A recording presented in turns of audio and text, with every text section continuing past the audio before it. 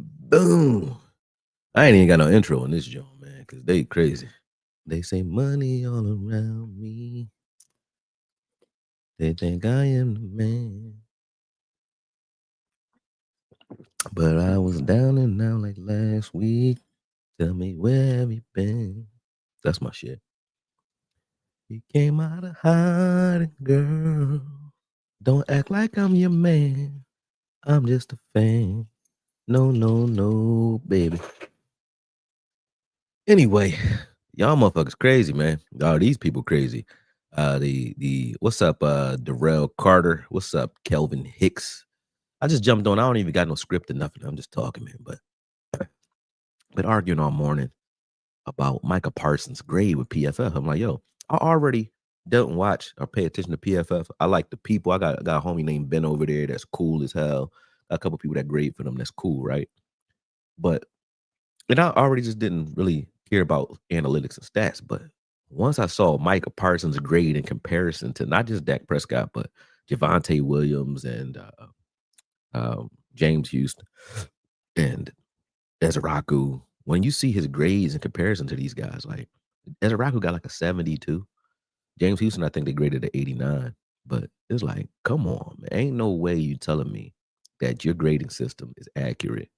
I'll get into that. Let me get in my shadows first, man. But it pissed me off that much. I said, I'm going live right now. I got crud in my eyes. I'm going live in my Sith Lord hoodie. You know what I'm saying? This my go-to hoodie when I'm talking some shit that don't nobody want to hear.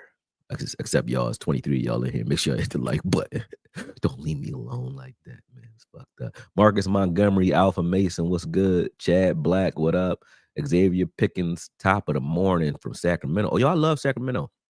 I went on a mushroom trip in Sacramento, man. That is a classic trip. And I was in Folsom first. First we went to Folsom, we wanted to see where Johnny Cash and it was at, right? And we was on these railroad tracks. And my man Ryan was like, yo, man, you ever took shrooms? And those always the beginning of a good ass story. If somebody ever asks you, have you ever took shrooms? I took shrooms that day for sure. And let's just say, like, we went to this crystal shop later on the night, right? It was empty. Went in there. I swear to God, this is a true story.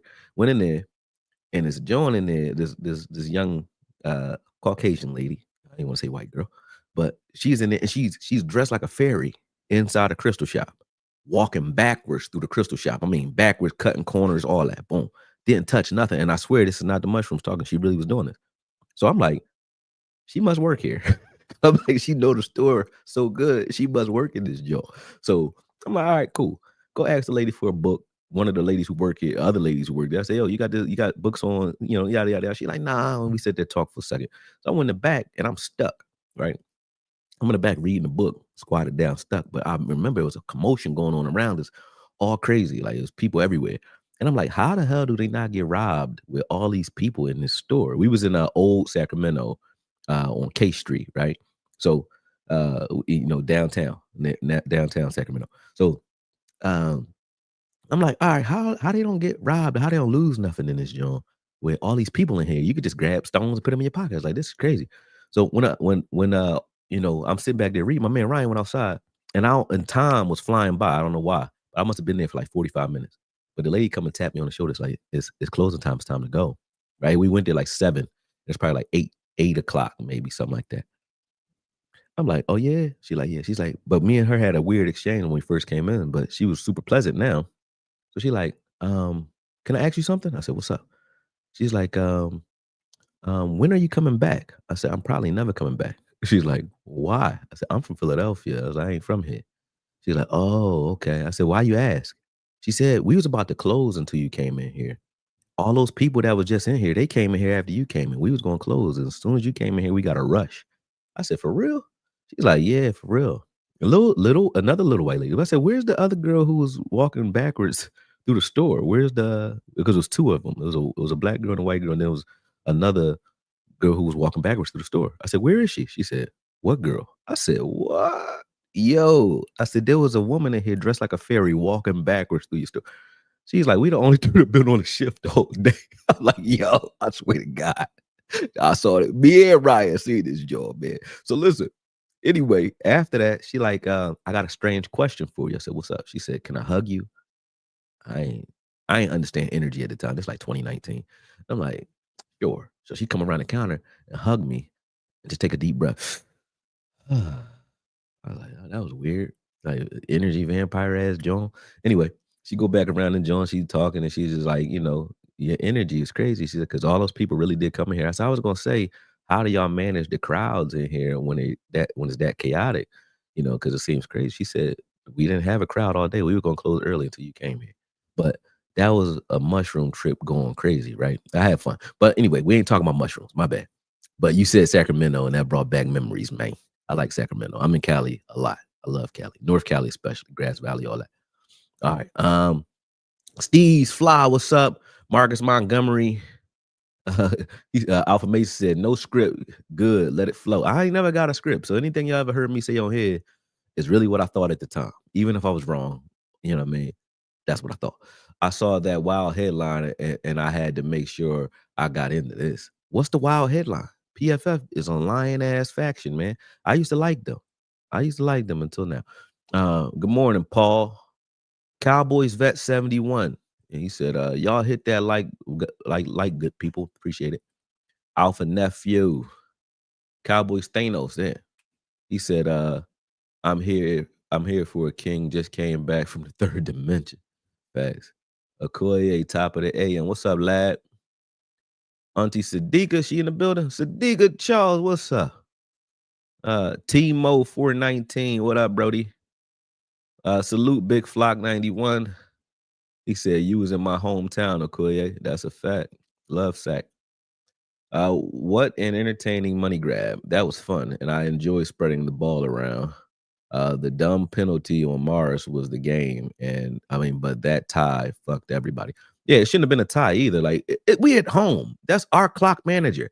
If I was Jerry, I would fire him. Like, bruh, how you? Soon as the ball touched the ground, it was on one. I'd have just let it go one more tick. You know what I mean? One more tick. Just let that joint hit 00. What's wrong with you? What's wrong with you, man? Somebody called Sanborn on Twitter, quick Sanborn. Say, yo, I spit my coffee out this morning because of that, yo. That's what made me go live too. I was like, oh, it's gonna be a fun morning, man. But somebody called Sanborn quick Sanborn. Like, yo, that's fucked up, man. Oh man. John S, what's up, man? He said, jump on that 6.5. Angie, what's up, Angie Rebel? What up? You look mad today. You better put the other joint back on. Put your other profile picture on. You looking too angry on what's it, Tuesday? What's Tuesday? I guess you could be mad Tuesday. Don't be mad after hump day, though. You know what I'm saying? John S. But no doubt that was good stuff. That was. Ah, boom. Why you letting a tight end on Micah? I don't know. Nate handled him well. Yeah, Nate Thomas was handling him pretty good. Ahmad, what up, Brody? He said, I fucks with the shrooms. Nah, I don't. Not no more, man. I used to though. But it was like I went on some trips that made me sweat. And I said, hey, man, don't ever watch certain celebrities on mushrooms, man, because you'll start thinking like, oh, people really is wearing masks out here. You can see things that I got so many. We got to have stories, man, like Okoye Adventures and all that. I done did a lot of crazy fun stuff, man. I ain't even gonna lie. I love my life. I'm 42. I'm a grandfather, and I've done a lot in this 42 years. Like, I ain't trying to go nowhere. Knock on wood. Illuminati don't get me out of here. But if I did have to go soon, I already lived a pretty full life. I'm happy with my life. But I don't want to go nowhere. I'm gonna say that again. And I'm not suicidal. I'm not suicidal, bruh. Koye in the Super Bowl era, no teams have ever lost or tied scoring 40 and no turnovers. Yeah, that's amazing to do. It's hard to do. Vegas was working hard that day.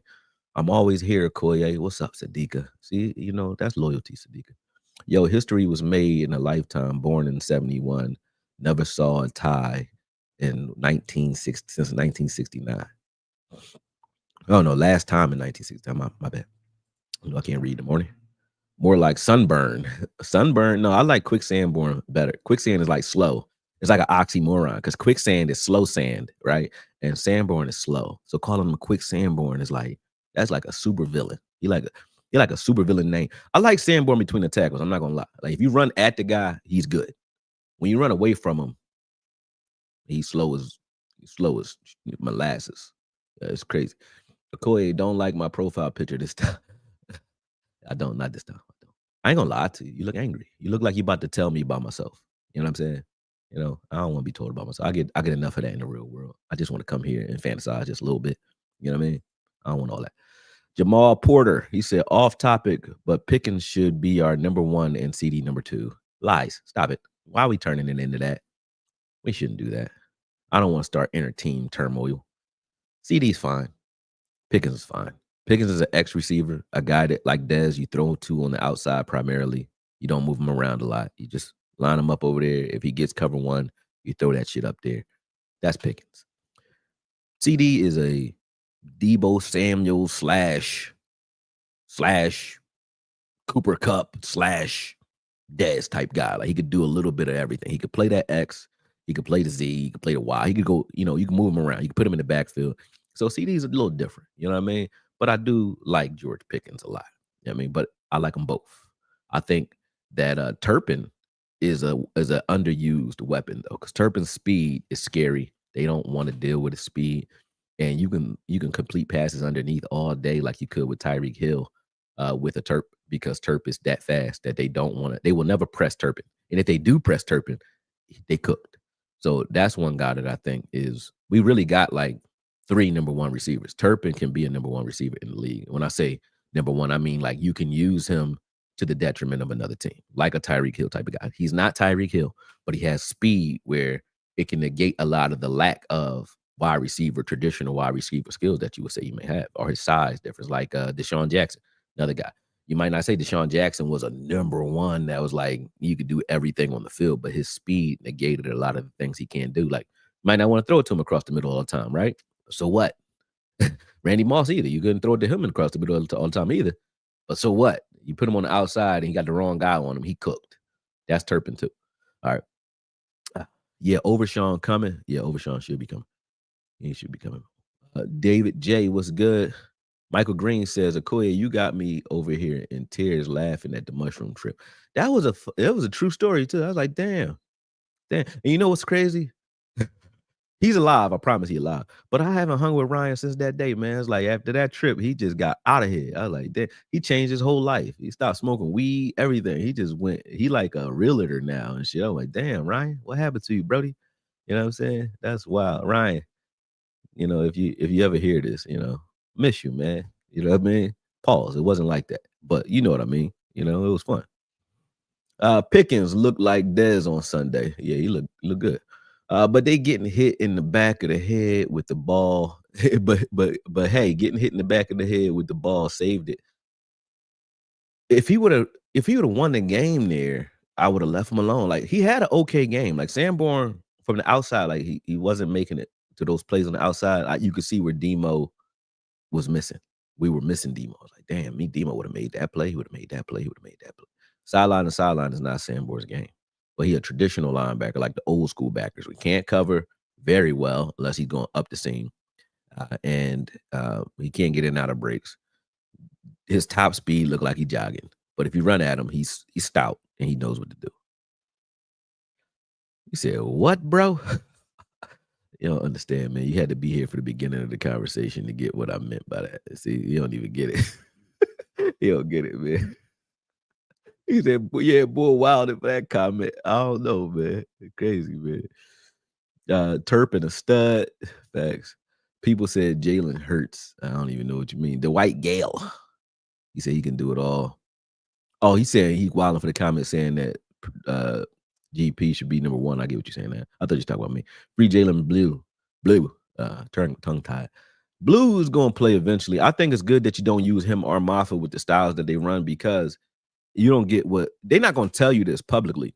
But when you got a guy like Sanders, who's supposed to be your shifty guy, he's the lightning to your thunder in Javonte Williams, right? And then you got Hunter Lipke as well, who's another thunder runner. You know what I'm saying? And a Swiss Army type of guy. You go into the game with those three, right?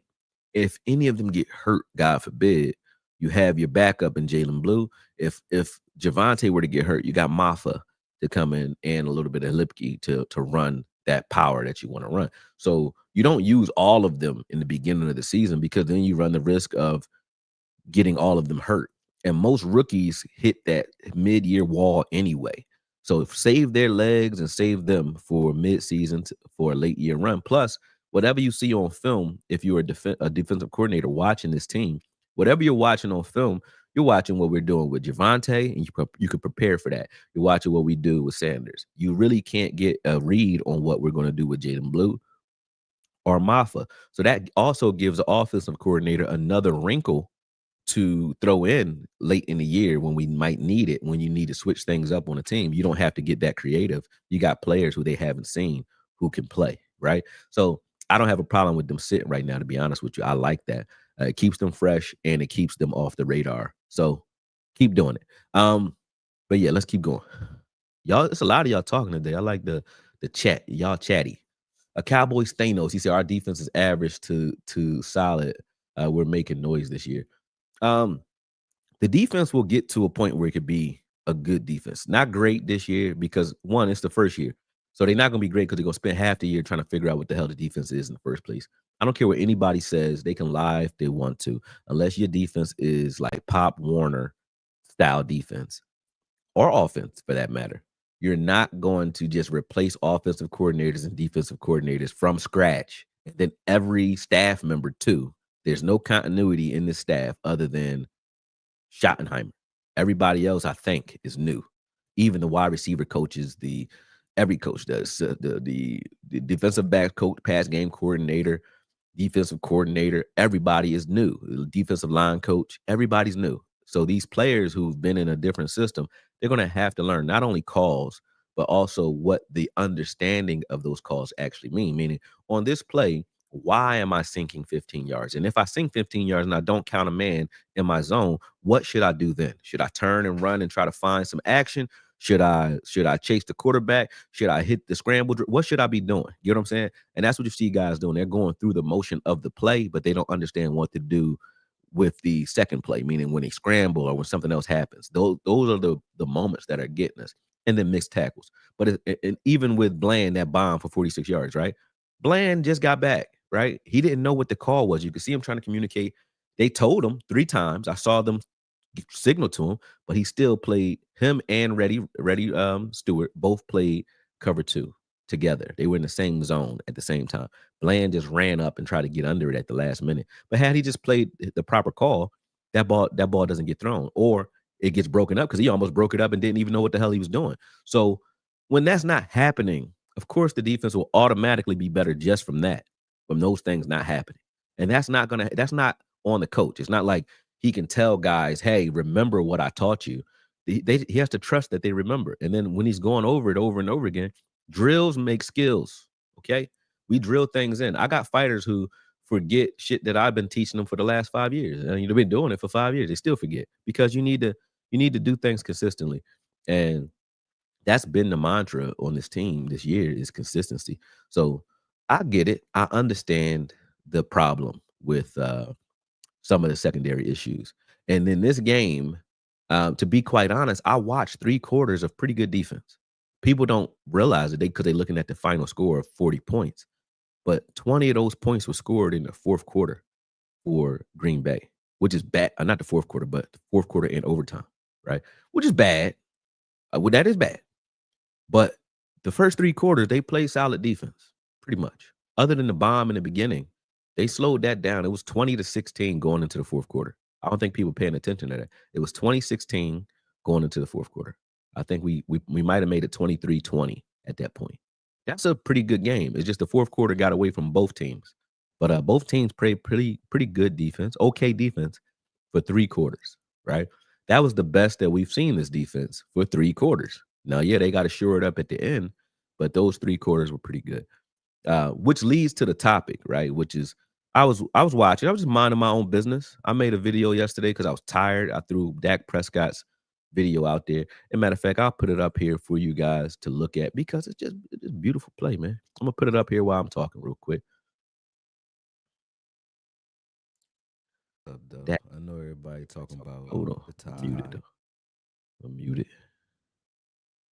I'm gonna mute it. But check it out, man.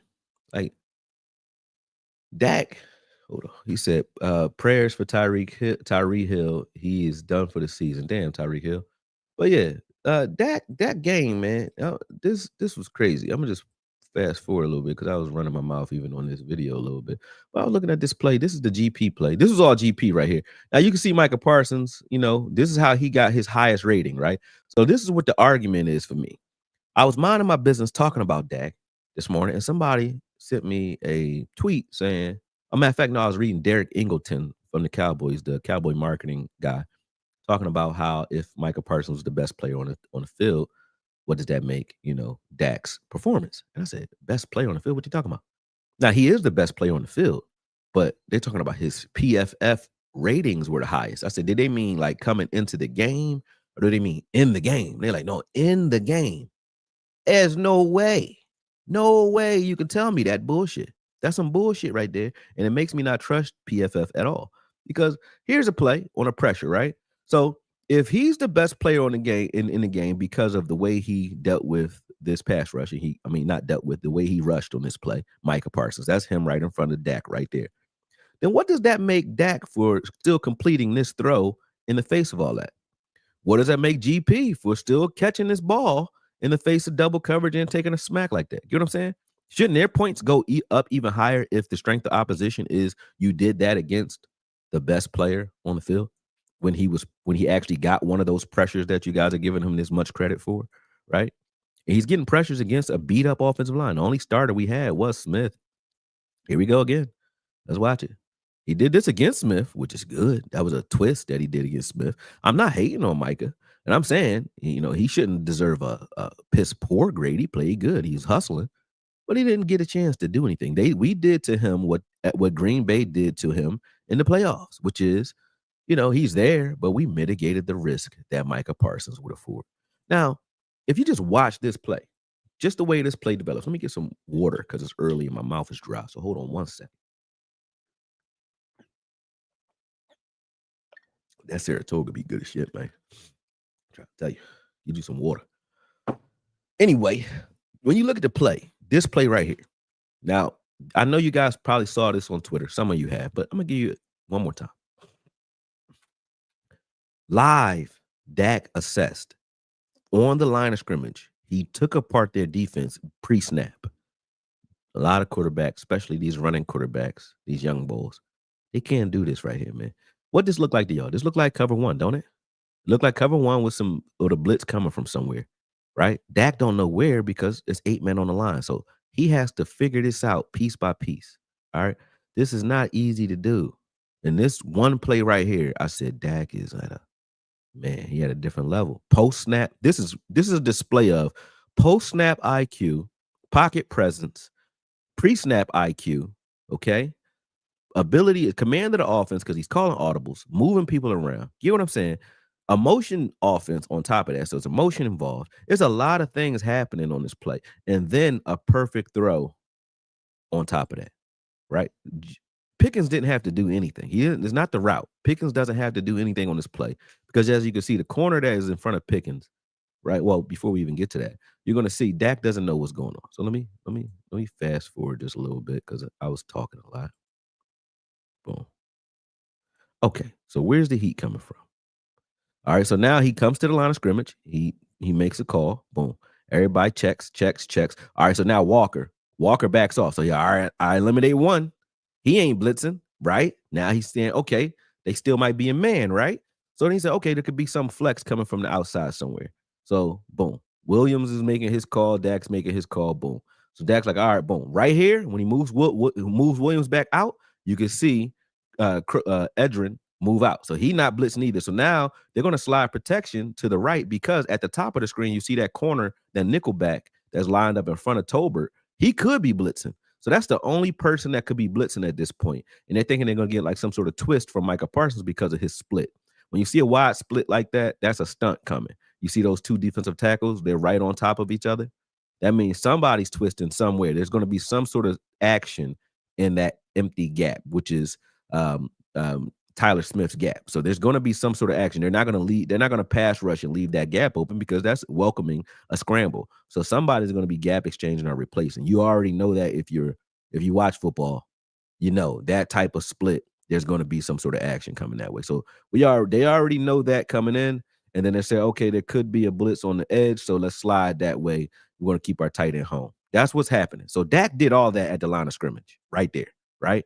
He's still calm, poised, but he still understands, okay, I assessed most of what this is, right? But I still don't know what coverage they're in because it still at that point looks like they could be in some sort of man, right? Here, as soon as he snaps, they slide protection. Dak is reading the middle of the field immediately, right here.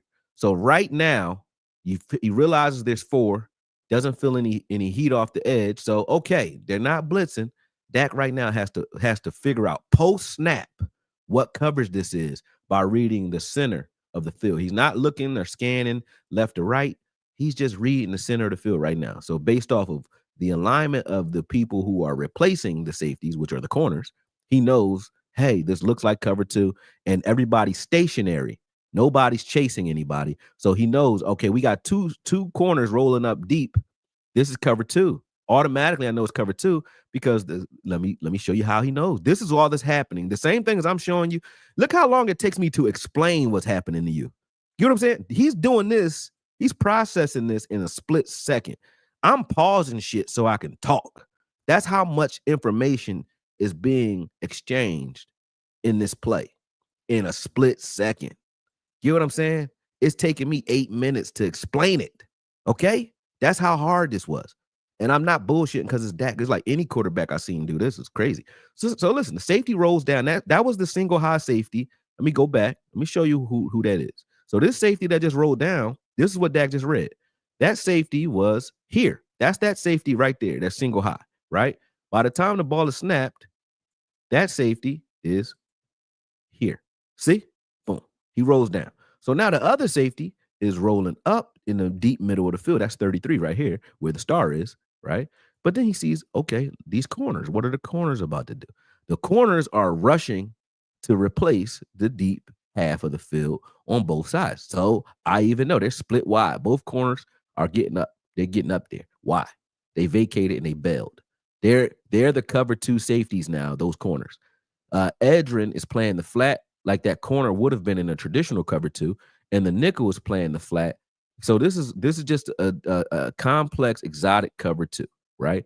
Boom. We did a little bit of this with Trayvon last week. Now look, that safety is running deep middle, but if you pause it right here, you can see this is just cover two. They just did it with those two at the top are the corners now instead of the safeties. The safety rolled down and robbed the middle of the field. The nickel replaced that corner in the flat. The linebacker replaced the other corner in the flat, and then Walker and the original safety are in the middle of the field, right? And then deep middle again is that safety that was already at the line of scrimmage. That is cover two.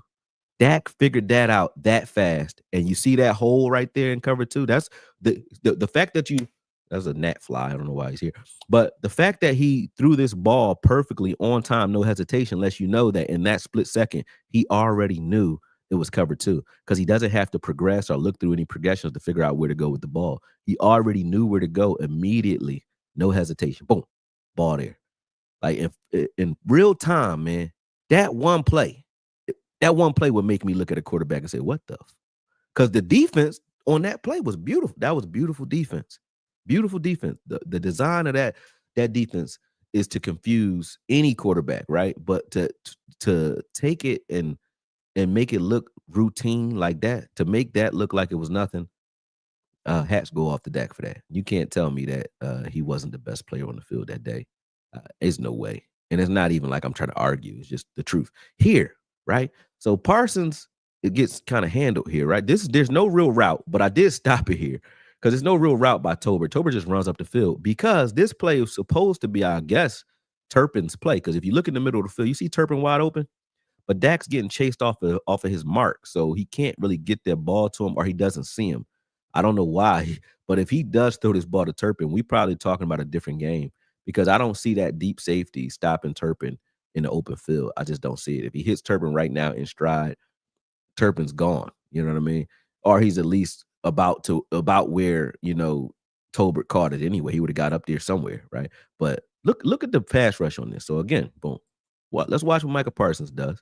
So Micah Parsons is going to get chipped first by Shoemaker, I think that is. Boom. So chip, And then Thomas and Hoffman are going to grab him there. Boom. Boom. All right. He fights through that, which is good. Parsons is balling. And then Dak gets hit by Wyatt and puts the ball. What? What did you say? What did you say? Get the hell out of here. Come on, man. Let's watch that again. Stop playing with me, man. Stop playing with me. You're going to say that Micah Parsons, because of the pressures, these are two pressures. I just showed you two of them. One of them was GP. The other one was Tolbert. These are the two of the 8 pressures that he had. And what is the result? But what the fuck are you talking about? What are you talking about? What are you talking about? Here's another one. I don't know if I played this play or not. And I didn't. I'd have got to that one. But I'll show you some more film in a second. But these are the things that woke me up today. I said, yo, ain't no way you watch that, what I just showed you, and say Micah Parsons was the highest rated or graded player on the field. If you PFF and you say that out your mouth, you playing politics and you on some bullshit. I don't care how much y'all like PFF. I used to. I like PFF. I like the people. I like the people I know from PFF. I don't like PFF no more, man. Shout out to the guys that I know that work there. I won't say your names because I don't want to bring you no heat because I'm not coming at y'all. I know it ain't your fault, but somebody got to say something about that bullshit because that's some bullshit to say. He was the highest graded player on the field when you had impact from other defensive players on his own team. But beyond that, he has an impact on you mentally. It's mental pressure, and I understand that. I have pressure fighters that I know they'll stalk you, right? They're not even throwing punches, but the whole time you getting tired while they're stalking you because mentally you just anticipating and you're anxious about what they might be doing, right? I get that. Micah Parsons creates that just off the play calls. You got to make sure you keep in mind where he is. So he's putting pressure on your offensive coordinator. That's true. Putting pressure on your quarterback.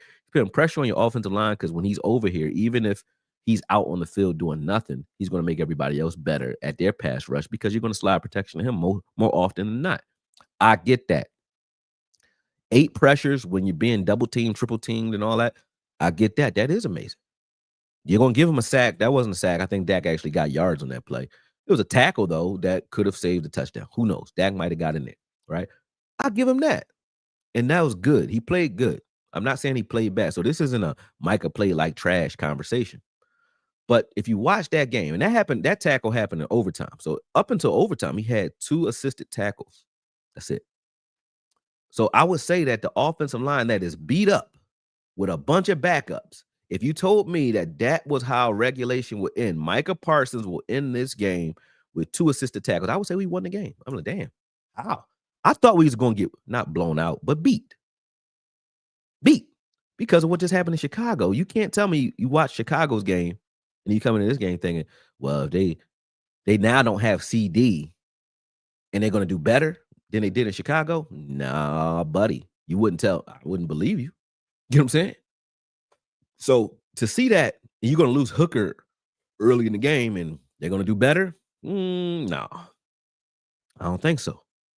James Houston is going to make more impact plays than Micah Parsons, and you're going to lose or tie. I'll be like, damn, how? There's no way. James Houston played 25% of the snaps. Okay, out of 100 snaps on defense, 103 snaps on defense.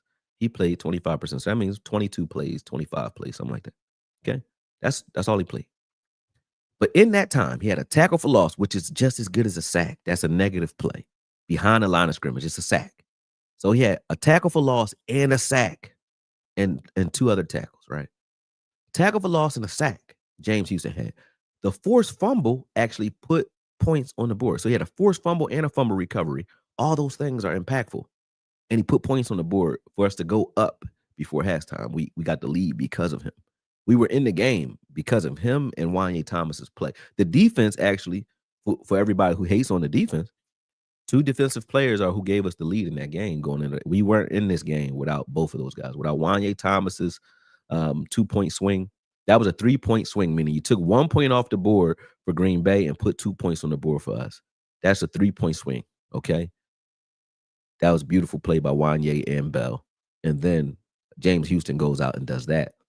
And then Ezaraku for the whole game, they did the same thing to Ezaraku that they did to Micah Parsons. They played Ezaraku like they played Micah Parsons last year or the year before in the playoffs. Meaning He's an undersized defensive end. We're gonna run at him.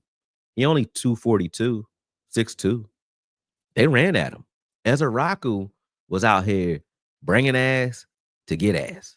Pause, excuse my French. But Ezzy was balling.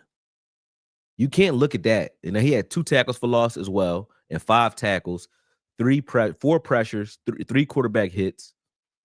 I'm like, in what world is that worse than Micah Parsons' performance? 2 tackles for loss is like having 2 sacks. You don't get it? It's 2 tackles behind the line of scrimmage. Kenny Clark, 1 tackle for loss and 3 tackles. Houston, 3 tackles, a tackle for loss, and a sack. And all of them were graded lower than Micah Parsons. And I'm not a stat guy. So I say, okay, don't just look at the stats. Look at the impact of what they did on the field. Ezaraku's impact was apparent both ways, because when he did get pushed out of his gap, Jacobs ran for a pretty long touchdown, right? That was through his gap too. So I will tell the truth. But outside of that, he balled.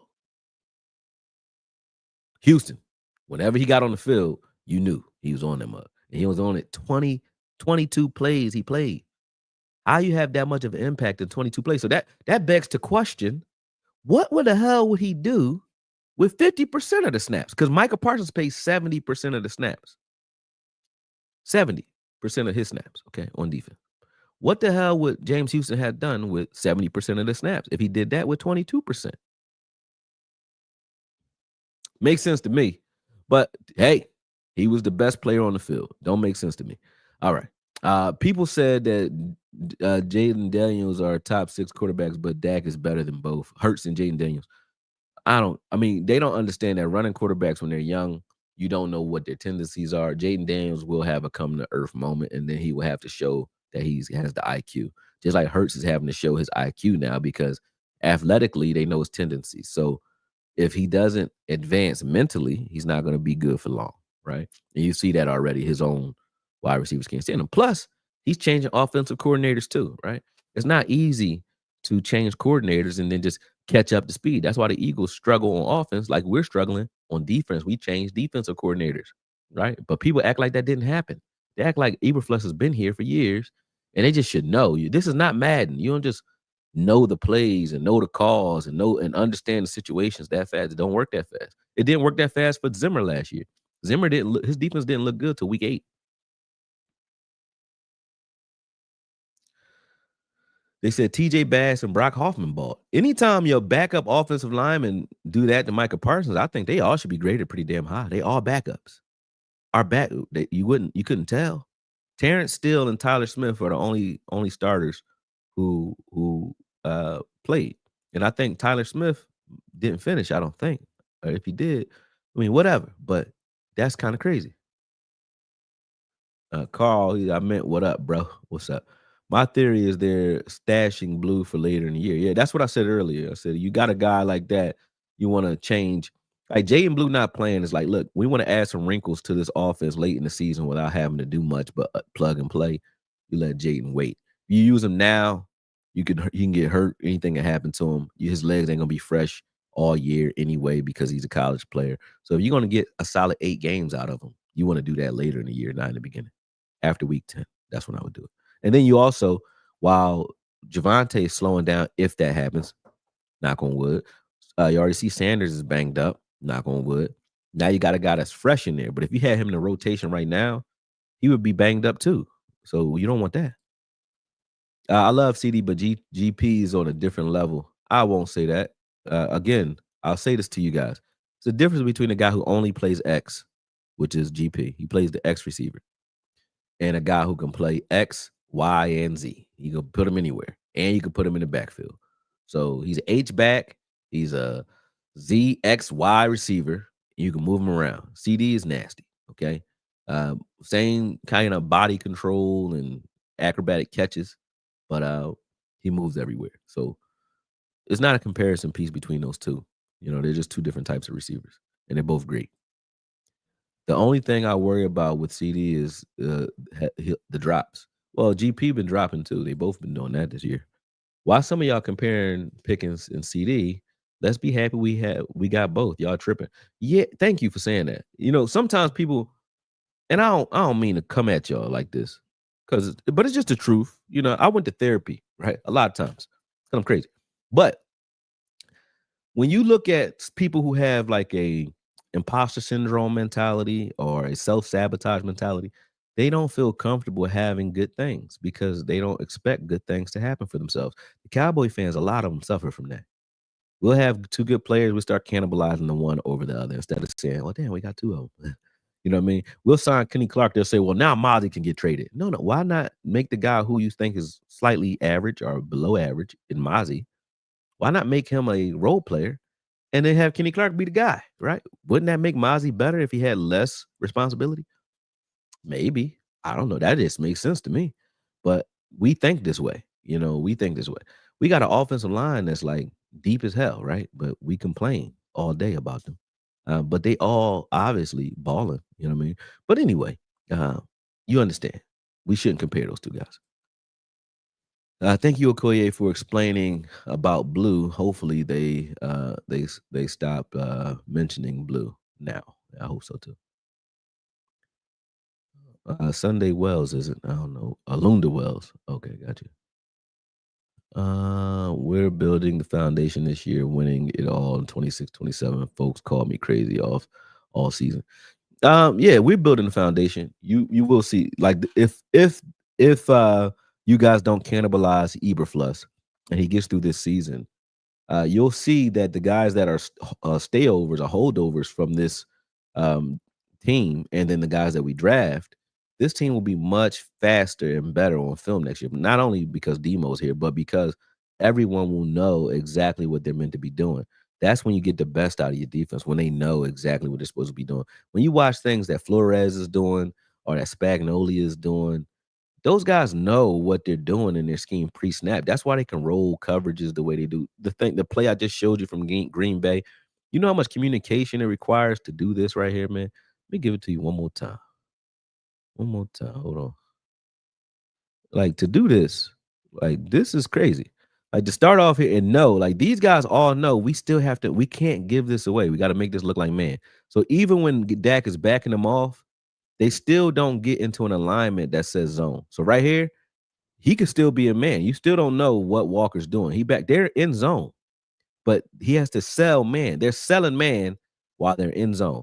And then Edge is selling blitz while he's in zone. So they're in zone. To do this, you have to communicate. You got to know where you're supposed to be. And then for the corners to roll up and replace the safeties, they have to know the safety's responsibility. For the safety to play deep middle, he has to know the linebacker's responsibility. Everybody's mismatching and exchanging responsibilities pre-snap on this play. Like that comes from a defense that is communicating, that understands the scheme. We're just not there yet. We're not there yet. And I understand that. But to say that Eberflus just can't coach all of a sudden because it's taking time for these guys to gel. I mean, whatever. Like I said, if Mars Leofile doesn't hit 23 on that incomplete pass, it was 2nd and 7. They're behind. I think they're at the 50, somewhere up there, and it's 2nd and 7 or 45-yard line. 2nd and 7. That puts us in 3rd and 7 after that play. If we can get them into 3rd and 7 and convert on that next play, 3rd and 7, they don't get a first down on that play. They have to punt. They're not kicking a field goal and tying the game up. They would have had to punt. The game would have been over, right? So penalties. If Ezaraku on that play where he had a tackle for loss, like 8-yard loss, if he doesn't step on the guy's head and put his balls in his face, pause, he doesn't get a penalty. He doesn't get that penalty. That is another ball back to us, right? And they didn't stop us all night. We win the game. If on that, I think it was a second down play, 2nd and 10. 2nd and 10, Sam Williams does a great pass rush. He's reaching for the quarterback trying to make a play. He's not trying to, he wasn't being a bonehead. He's reaching for the quarterback trying to make a play and inadvertently grabbed the face mask and turned it. And on that same play, Diggs got a pass, a defensive holding, right? But on that play, it turned what would have been a sack into a swing, meaning they stayed on the field. They didn't stay on the field because they converted. They stayed on the field because of us. You know what I'm saying? So we made timely penalties that hurt us in this game. I'm not down on Morris Lee Fowl. I think he's young. He needs to learn. I'm not down on Ezaraku. They were excited. Sam Williams had this problem too. Young players get too excited and they let their emotions take over. That's the whole point of having old pros and veterans in the locker room. Their job is to keep these guys in check, right? And keep them understanding what it means to be a professional, right? It means stay in charge and in command of your emotions. Oh, here we go. Damn, great point. Did realize going into the fourth quarter. Yeah, going into the fourth quarter, it was 20-16. That was it. So that's good defense for 3 quarters. You know what I mean? But anyway, let's keep going. If we were any other team, our PFF grade would have been higher. I don't give a fuck about PFF no more, man. That's what the whole purpose in this video is. I'm done with them. And I mean that. Number one, if you want to make an argument, y'all can go for it. That 9 pressures, 8 pressures, and not even a asterisk sack it puts you in the conversation for being the highest graded player on the field. I don't know what you're graded based off of. And doesn't that let's just say that that's true. Let's say that you give him that much credit for pressures, which we're going to say. Let's just say it. That's true, right? And I'm not hating on Micah. I will say this before I say it. Micah Parsons is my favorite player on the planet. I ain't gonna lie for him though. I talked to his brother last week. We talked about the documentary I just did for him. I'm cool with him. I got no problems with the guy. I think that he's the best player on the planet when playing like a chess piece and not a defensive end. He ain't the best defensive end on the planet. He's the best defensive player though on the planet if you use him correctly. In my opinion, I say this all the time. My favorite player. So don't think that because he's on the Packers, I'm saying something different about him. If if he was anywhere else, I don't care if he was on the Eagles, I would still say it. He's the best player in the game to me if you use him correctly. But let's just say that he was the highest graded player on the field that day because of those pressures. Doesn't that raise the grade of the people blocking him successfully and making sure he doesn't get any sacks in regulation? Doesn't that make Brock Hoffman, Thomas, and Guyton and all those guys? Doesn't that make those guys' efforts even better because they stopped them? Shouldn't their grades go up because of the strength of opposition?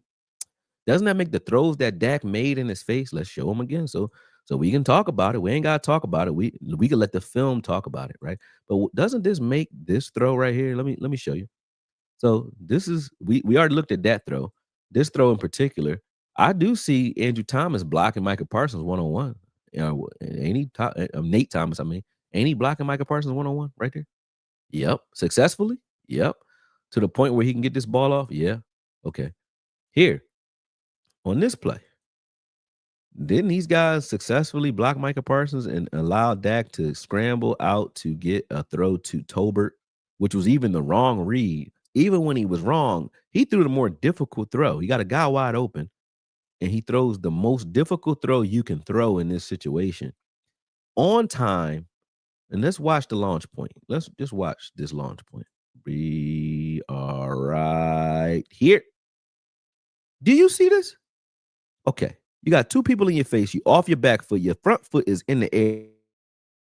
You're jumping, about to get hit right there. No way you stepped into the throw because you got nailed on the throw. Boom. Hit the ground, Dak, and that ball is on a motherfucking line. Doesn't that, if the best player is in your face while you're doing this, doesn't that make this throw even more impactful? I mean, if what you're saying is true, PFF, right? If he was the best player on the field and you're doing this to him, that makes what you're doing even better. I remember Vernon Forrest beat Shane Mosley in a boxing match. They said Larry Merchant asked him at the end of the fight, he said, "Yo, how you feel?" He said, "What's next for you?" He said, "Well, I just beat the Michael Jordan in boxing. So I guess I could do whatever I want." You know what I'm saying? He felt that way because everybody says Shane Mosley is the best, right? Right here, Micah Parsons is beating Tyler Smith, our all pro right guard is getting beat by Micah Parsons right here on a stunt, on a twist. Dak sees him in his face. Does he pull the ball down like Hurts or anybody else and run or take a sack here? Nope. Stays there and delivers. Boom. Throws a ball that shouldn't even be thrown because he ain't even open. Ain't no time right now, ain't not one moment Not one moment in this play was George Pickens ever open. Never. He just gave him a chance. And then he gets blown up. Boom. Doesn't that make the impact of this play even more impactful? If if those pressures count so much that he's rated as the best player on the field in this game, doesn't that make the plays you make again? Oh, oh, my bad. I almost took myself out. I hit remove.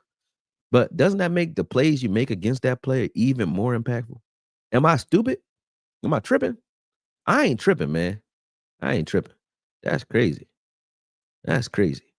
That's crazy. I can't understand how y'all. I don't know how y'all say that. And then with a straight face, and then people online talking about you just don't understand PFF's matrix. You know what I mean? You're just a guy. I don't give a fuck what you say.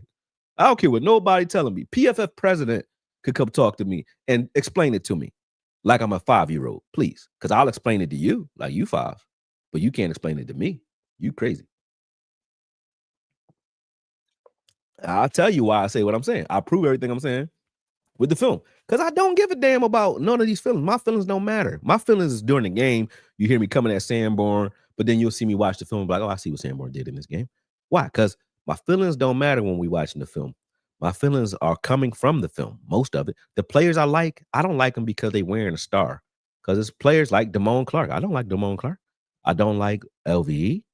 I liked Jalen Smith in the beginning, didn't like him in the end. You know what I'm saying? I don't like certain players because of the way they play on film consistently. You know what I'm saying? And those who I see play well and they bleed for the star, I like them. I like Donovan Wilson. Donovan Wilson was my favorite safety on this team for years. I've been telling people to bench him. Why? Because if your film is up, it's up. When your film is down, it's down. I don't care about my feelings towards you. We can have a drink. There's women that I've dated, man, that used to work for me at the time when we were working at the bars and stuff like that. I could date you and fire you. I don't give a damn. I don't care about that. Feelings ain't facts, man. I don't care about that. You can still get fired. You know what I'm saying? It is what it is.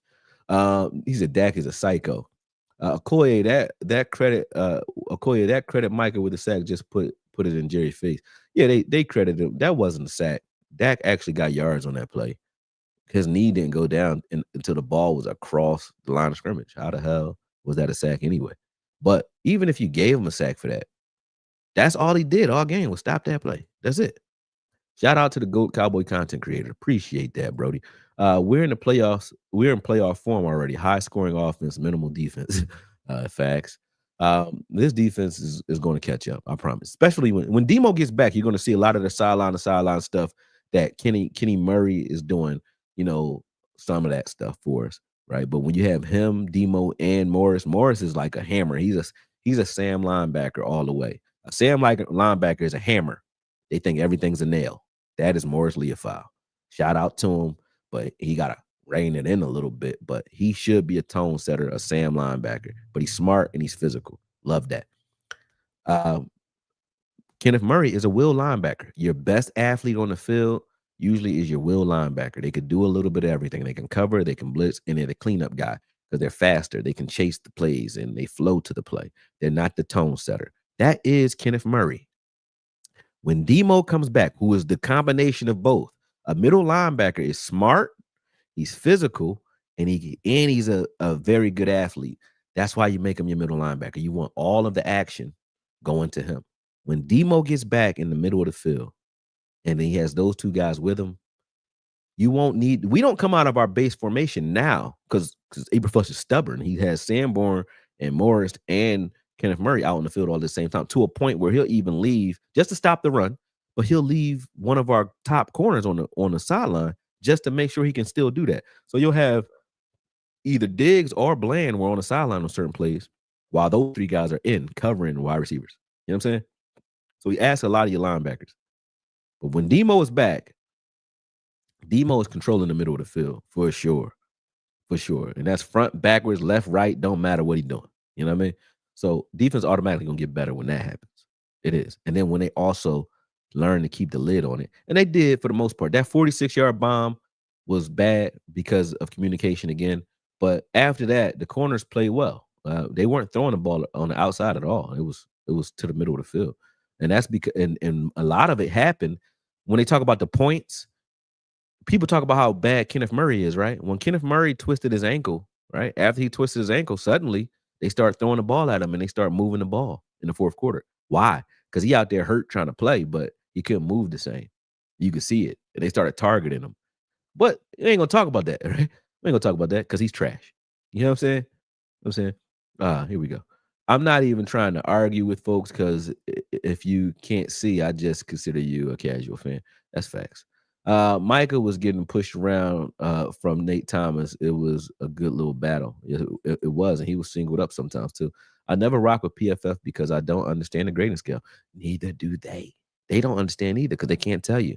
But I can tell you the guys I know who work there, they'll say, hey, position for position, I'm watching the defensive line. He's watching linebackers. There's no cohesion, meaning if you have a play where a player in particular, right? Let's just say someone on your defensive line does something that creates an interception. The safety will get credit for the interception. That defensive lineman might not get credit for creating the scenario for the interception though, because he didn't record a stat on that play. Or if I'm Kenneth Murray and I'm covering AJ Brown week 1 and Smitty week 1 on one at times, right? And the Eagles end up with 6 yards to one and 16 yards to the other. So 22 yards combined for their two number one receivers, not against corners, but against my linebackers too, who contributed to that. But my linebacker gets a 40 grade for stopping two number one receivers.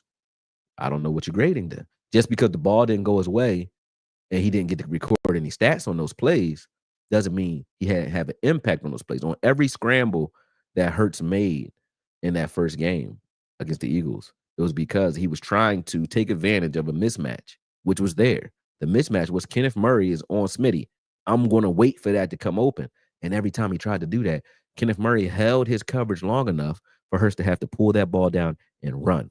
If he was trash and he was able to get beat off the line of scrimmage, like some corners get beat off the line of scrimmage, then Hurts would never pull the ball down. He would have somewhere to go with the ball because that's who he's staring down. So what Eberflus was doing by doing that, which is why I kind of like Eberflus, he's saying, I'm trusting Kenneth Murray to hold up in coverage long enough to make you stare this down first. So he was forcing the offense to read what he wants you to read, meaning I'm going to give you a gimme mismatch and dare you to look it down or stare it down.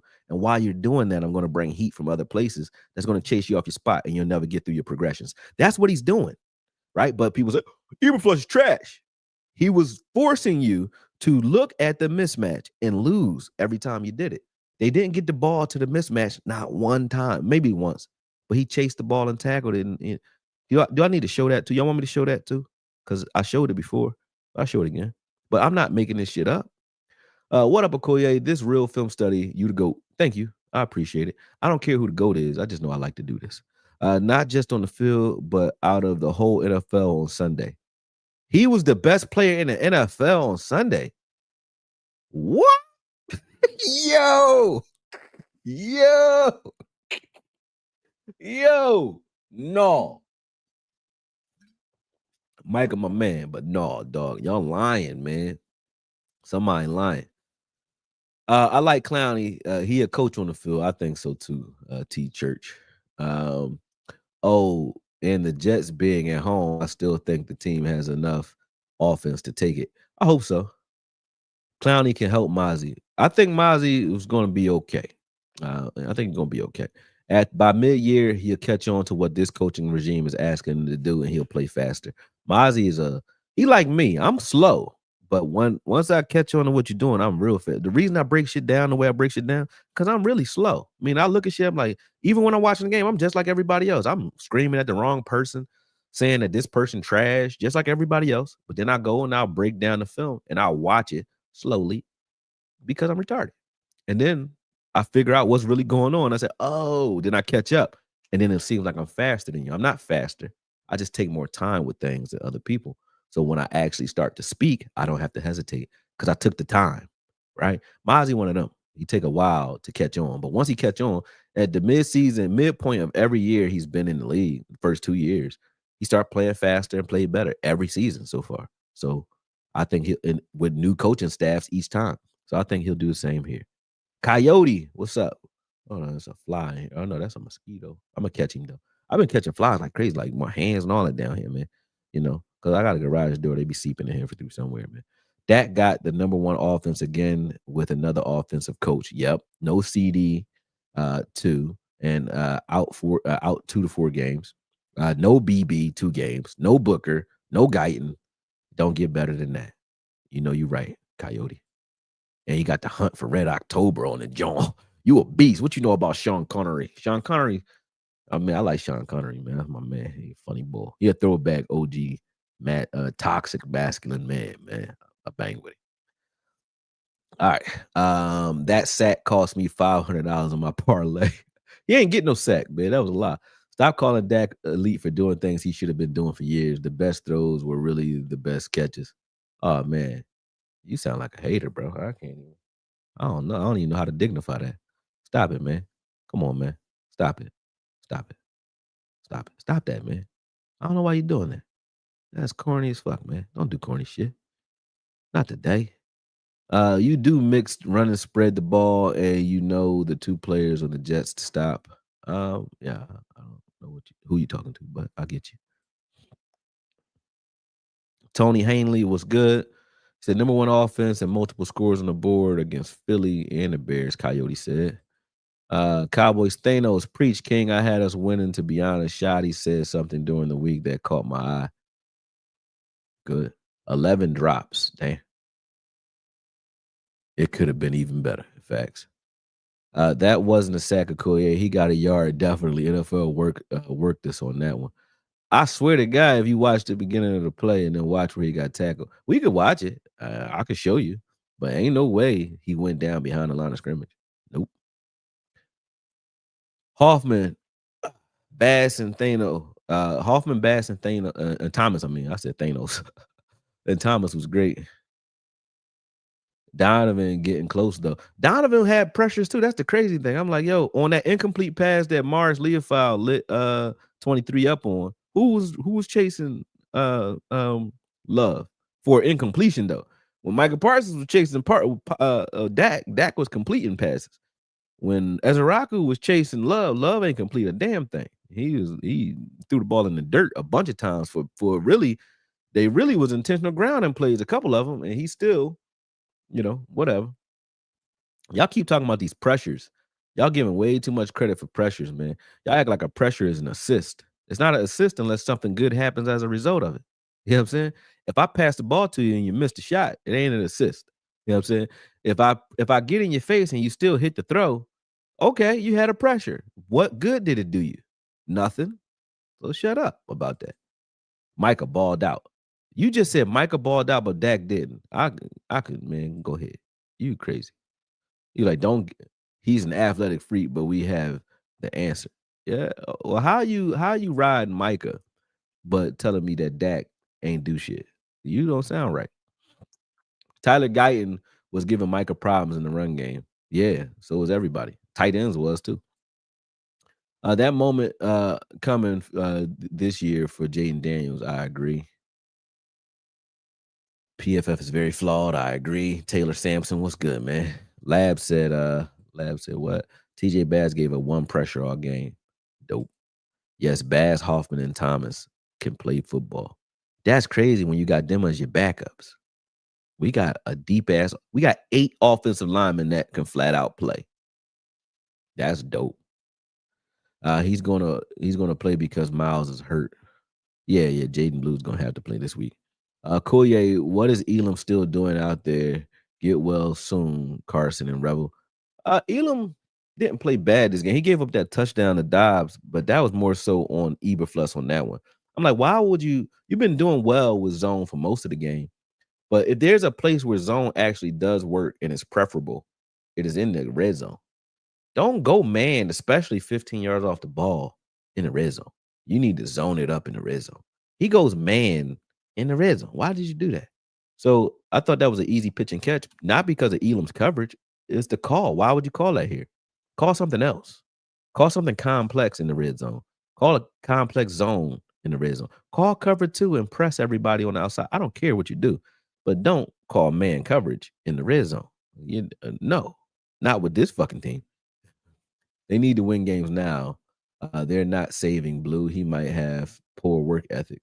I mean, your argument could be true, but I actually believe that Shotty said that he's been practicing very well. He's their best practice player, uh, running back, because he gives them fits with his speed. So I mean, I trust that he's saying that for a reason. I don't think he's lying. People always like the last thing they seen. People stop it. We're the only fan base that does this comparison thing. Yep. Now he's better than Pickens is better than CD all of a sudden. Mozzie getting better, learning from Solomon Thomas and Kenny Clark. Yes, he is. Bass and Hoffman will be gone next year. That's the way we are. Yeah. As soon as somebody start playing well, Jerry think he can get some money for him. And you're like, we'll replace them in the draft and make something off 'em. He said they tried to compare Rush to Dak. Yeah, crazy. No, they won't, David. Why are you saying that? Boom, they did do that. I agree, bro. I'm happy I'm happy with both for both. And Okoye, I think Sanborn should only come in on 1st and 10 to stop the run. Agreed. He's a 1st and 10 player, but I think they agree too, because you heard Schottenheimer say it, he's good between the tackles. That means that he's not anywhere else. So that I think that's why Shamar James was elevated, even though Shamar James sucks in coverage. So like I said, we need Morris and I think Morris and Kenneth Murray right now are our best overall linebackers. And then when Demo comes back, we'll be good. Sunburnt needs to be benched. I'm sorry. Nah, Sanborn he does play very good between the tackles. I'm not gonna lie. He does. Yeah. Agent 9, you're Rich Lloyd. McKinney is their tell. If he comes down, he's either blitzing or they're in zone. They only trust Williams to cover man to man. That's a fact. That's a fact. I would say that's kind of like us, but they'll trust Dono and man for no reason. Sanborn needs to be more intentional. Yeah, maybe. Dennis Hendricks, he said, I'm with you. We got 2 good players. Be happy about it. Facts. Why we can't just have both? You know what I'm saying? Okay, your assessment of how Dak worked the game because of the continuity of the offense shows that the defense is still a work in progress, a working process. Yeah, our progress is what you mean, I guess. Yeah, that's true. You right, tight end eating off him because people running past his face and he watch. Yeah, facts. He said Parsons is better than LT. When I said that, you don't understand it, so it's no reason for me to talk to you. I say he has the potential to be if he plays how he should. Meaning, have you ever seen a middle linebacker that can get you 15 sacks a season? If he played middle linebacker like he's supposed to, and can cover and run sideline to sideline and had 125 tackles, right, a year or 150 tackles a year, plus got you 15 sacks and, say 50, 60 pressure, maybe less pressures, but 10, 15 sacks a season at middle linebacker plus 100 plus tackles, plus doing everything that Fred Warner could do. I would say that would be the best defender I've ever seen if that's what he was doing. At defensive end, no, he's not better than LT. But if y'all want to turn my quote into that, go ahead. I don't give a shit. If you got to change my quote to make it sound good, then go ahead. But I still stand by it. Micah Parsons athletically is one of the best defenders I've ever seen. Now, if you played him at middle linebacker, my argument will probably be sound like some shit, right? But if you put him at defensive end only, which Packers seem to be doing too, then he ain't that. He not as a defensive end only. He's not. So I wouldn't say it, and I'm telling you out my own mouth right now. But I'm still saying it. LT could not do what Micah Parsons is doing if he was playing middle linebacker. Meaning he plays middle linebacker. He can play middle linebacker just as well as Fred Warner if he can run like he's running, right? And if you look at the Memphis game in his college year, and you say, "Hey, that guy right there playing in the position he was playing in Memphis, oh, that guy could definitely have the potential to be better than LT or anybody else who ever played football on defense. He could. He could. I never seen LT run a switch off, right? Where the Giants had a switch. They had a switch play where a switch release, which we've seen Trayvon Diggs get beat on, and Galladay runs up the sideline. Micah Parsons switches off, and they got Galladay or Micah Parsons up the field. Micah Parsons breaks the pass up. They did the same thing against him with the Saints. He breaks the pass up, knocks it back. I think Curse at the time got an interception, sliding interception because of that. I never seen a defensive end affect none of the pass up the field deep like it's nothing, right? So him playing linebacker, if he's doing the things he's supposed to do, there isn't a better player on the planet. But he's not. So it's a moot point, Bruce Banner. But I thank you for trying to misquote me. Appreciate it. I know what I said. Keep teaching, bruh. You and I talk Cowboys. Yep. Yeah, appreciate you, Paul. Micah poke his lips out too much like a crybaby. I did have something to say about that when it came to what he said after the game. When he's talking about Jerry ain't even called me like a man. They called Kenny Clark. They ain't called me. He's mad after the game, right? But I'm like, Micah, I do remember the statement where you said, hey, don't communicate or call me no more, Jerry. Call my agent. And I mean, Jerry just petty like me. But if you told me that and we had a personal relationship and we cool, and you say, hey, don't call me no more, call my agent. If you told me that, then that's how I would trade you to. I wouldn't call you. Why? Because who you talking to? Well, I thought we was cool, right? Don't try to be personal now after we get traded. You want to be cool or you want to not be cool. We have a personal relationship where I can talk to you about your contract? No, it's business, right? All right. So it's business when I trade your ass. What you talking about? You can't bitch about that now. You asked for that. And you asked to be traded. Stop it. Stop it. Absolutely ridiculous. Boom. What are you talking about, bro? I ain't even gonna picture Jordan up there, Bruce Banner. You tripping in it. Micah is not really happy in Green Bay, and he going to fire his agent. Watch. I don't think he happy over there either. That was the best throw I've ever saw in my life. Damn. Lou said that, and Lou knows some football, and he an engineer. That's crazy. You know what I mean, he calculated that, John. A-Rod, my favorite QB, but if he had did that same play now, they would be Googling all over him. Yeah, they would go crazy. That's one of the best throws this season. Both the catch from GP was one of the best catches I've seen this year. And the throw from Dak to Tolbert, one of the best throws you're gonna see this year. The throw to the three plays I just showed you, the throw to GP in that cover two hole was one of the best post snap IQ plays from a quarterback this season. Meaning, Aaron Rodgers could have done it, but he couldn't have done it any better than that. You know what I'm saying? That was perfect. You know what I mean? Why are we on about that throw? That throw was out of bounds. That was what's called an amazing catch. That throw could have been placed yards closer to the field. Stop watching football, bro. You're not helping yourself. You're not. You're not, bro. I can't do it. Rip Vernon Forrest, you're in your bag, Okoye. Thank you. He said, nah, you're on point, Okoye. Appreciate that. He said, what you sipping on, player?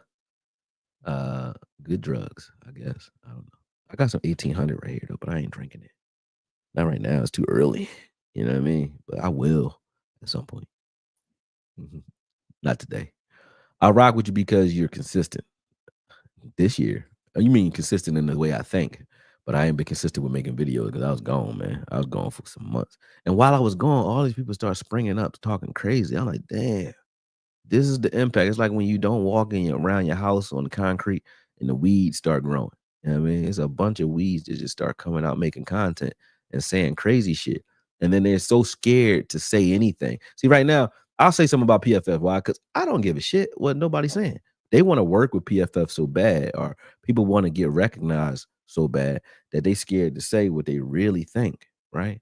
I see a lot of content creators doing that because they want recognition from the Cowboys. They want recognition from the fans. They want recognition from whatever faction they're working with. And not everybody, but a lot of people do. And I get it if it's paying your bills. I get that. You got to do it. But that's why I don't want that. I don't want to work. I don't want to do this content for nobody because then I can't say what I want to say. I don't watch anybody, even my friends. Like Botch is my homie. That's my man. Like really a friend, right? I don't watch him or Brian Broadus. I like both of them. I watch some of it, but I don't sit and faithfully watch. And I think you guys should. So make sure you follow it. But the reason I don't is because I know I'm not going to want to go say what I have to say if I think I'm contradicting something that him, Boss, Skywalker, I mean, Foots, those guys, Law Nation, I don't want to contradict those guys, even though I might need to say what I need to say. So instead of feeling conflicted or letting that, kind of taint the way I think, it's all mental game for me. I just don't watch. That way, when I'm saying something, I ain't got to think about who I'm stepping on or who I'm crossing by saying what I say. And sometimes I inadvertently cross over what they're saying.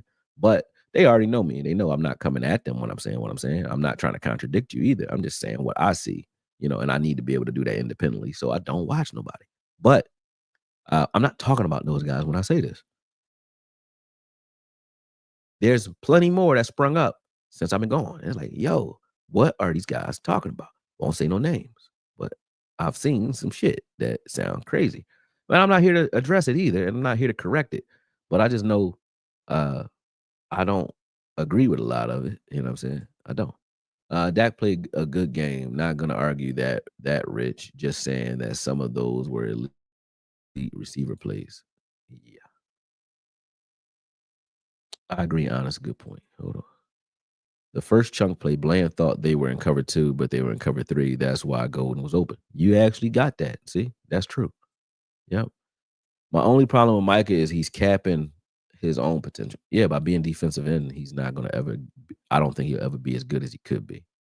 Yeah, there's nobody that can do what Micah Parsons could. What's the point in running with Jamar Chase and Deuce Vaughn and showing people how much agility you have? If you ain't going, we ain't going to use the agility. We just going to say, hey, all you do is pass rush. You don't even got to think to pass rush. That's what Jesse Holly was trying to say when he was talking about him. You don't have to do anything other than be a great athlete at the defensive end position. And even there, I would argue, even undersized versus the run, I would say the other night versus the run, both of you are undersized. They did the same thing to Ezaraku that they attempt to do to you.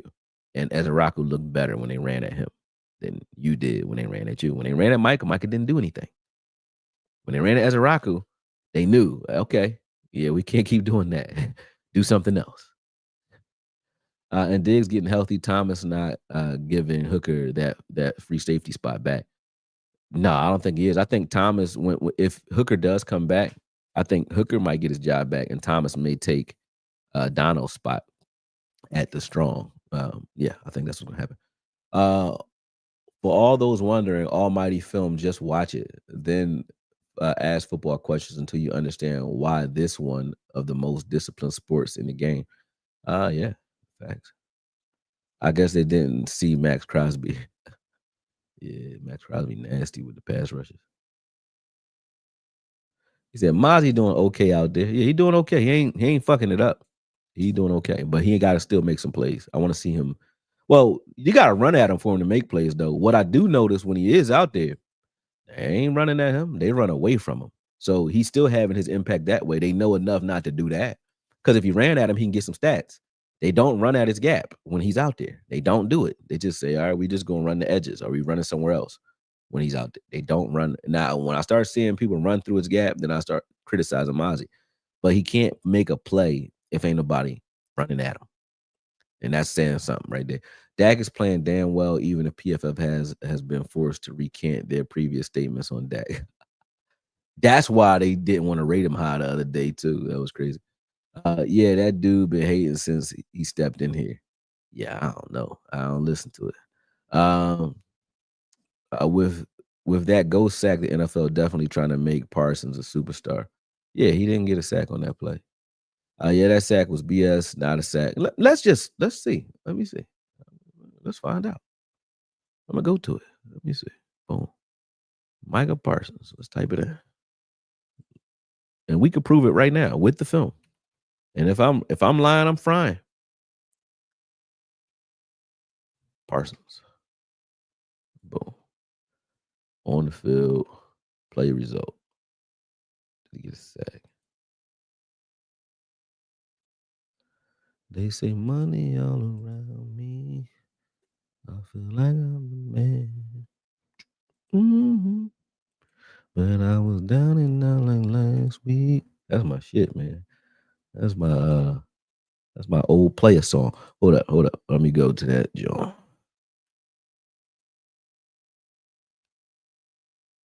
All right, Micah Parsons, 0 yards. Okay. All right, hold up, hold on. They lined up on the 5. Let me let y'all see it. Boom. Share screen. Boom. NFL film. Boom. All right, make sure y'all can see it. Y'all can see it. Blow him up. Boom. Blow him up some more on this screen though. Boom. Boom. All right, go back to y'all screen. Y'all can see it. Boom. Take you out of here. All right. Now y'all set up, right? Everybody can see, right? Okay. Let's see. He's at the 5-yard line. Let's play it from the sideline view first. All right. They're on the sideline. I know Dak didn't get tackled behind the 5 or at the 5. All right. So all right, there's Micah. There is knee down. Okay. Let me go back to knee down. Right about here. Boom. Okay. Dak's knee is down now. Where's the ball? Is it behind the line of scrimmage? No, it's at the 3. The ball was snapped at the 5. His knee is down now. Okay. He got 2 yards on this play, or a yard at least. If you want to give him a yard, give him a yard. But don't tell me that Micah Parsons stopped him behind the line of scrimmage. He did not. That's a lie. Straight up lie. Now let's watch it from this view. The ball is on the 5 or right above the 5. It's like at the 4.5. All right. Ball at the 4.5.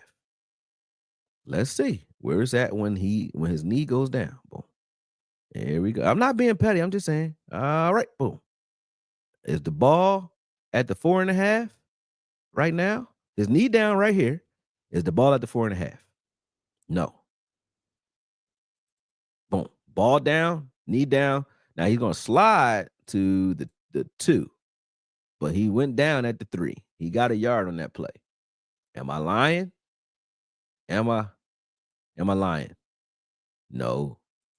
No, I'm not. It ain't hate. It's just the truth. He did not get a sack, but they gave him one. So, oh well. I ain't gonna argue with it. I'm not hating. It's just not a sack. It wasn't a sack. It was a good tackle though.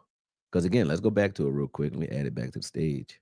What I will say is because people saying that he wouldn't have made it, Dak wouldn't have made it anyway. Let's see. Let me go back to right before the tackle. Cropper. He probably wouldn't have made a touchdown.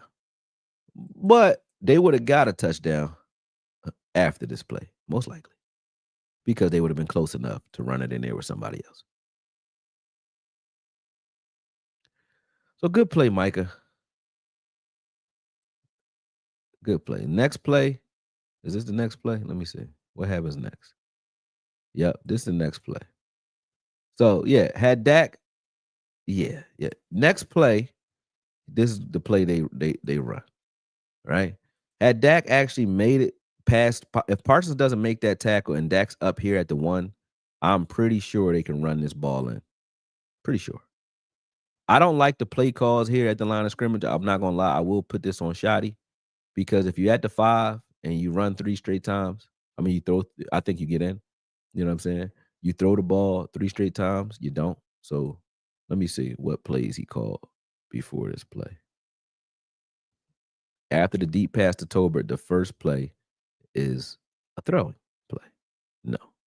Right now, you got 5 minutes left in the game. You run this football. You run right here. This is like what Seattle did in the Super Bowl. Once you get here, he's averaging 5 yards a clip. Run the goddamn ball right there. Let them stop Javonte themselves. If they don't stop him, he gets 2 yards on this one. You run it again, right? And you run it again. I would have ran the ball 3 straight times and said, if you could stop me doing that, then you win. This was just a bad play call from Shoddy. It had nothing to do with Dak or anybody else or Micah.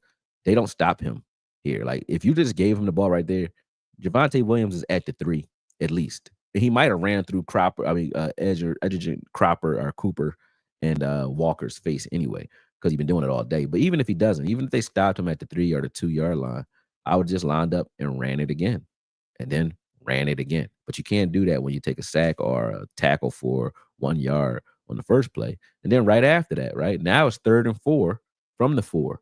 At least run it now, because you could go for it on 4th down, right? And you have a chance, right, of going for it on 4th and winning the game right there. I would have won the game right here. We're not playing for a tie. Playing for a tie is throwing the ball here. I would have ran the ball here, right? At least I would have ran a draw play, something right now. That would be better than this shit. If you run a draw play right here, right, boom. So let's see what they were trying to do. There's nowhere to go with this ball. They're playing zone. It would either throw to the flat to Javonte. You don't throw it out the back of the end zone. Throw it to Javonte right now. Give him a chance, and then you can still kick the fucking field goal. Throw it to him. Boom. He throws it out the back of the end zone because he knows he doesn't have time and he doesn't take a sack here, which I understand, but he shouldn't have been in that situation. That is what I do put on Schottenheimer. That's it. I mean, could be tripping, but I think that was bad for Schottenheimer. All right. I had to take that off because, the NFL likes to strike my page when I do that for too long. Sneed says, so many factors for this team's adversity going to be this team mold like usual. Once everyone gets comfortable, shit, we going up. I get what you're saying. That's true. Okoye, if you make the pressure and I still complete the pass, it meant nothing. No, if the pressure meant so much that you are still the best player on the field, and that pressure made you the best player on the field. So if you're going to tell me that this is my argument, folks. If you're going to tell me that Micah Parsons 8 pressures and no sack or half, whatever we want to call that, if you're telling me that made him the best player on Sunday all day from every game, then doesn't it mean that the players who's blocking him successfully for the rest of that game and the players who are completing passes in his face, doesn't that take their grade up? Like if I beat a better fighter, doesn't that make me better? If I beat a player who you're saying is the best, don't that make me better for doing that? No, don't make sense. If they say your play saved points from the board, kept points off the board by making that tackle if you're Micah Parsons. Doesn't that make this by James Houston? Let me see. Let's see.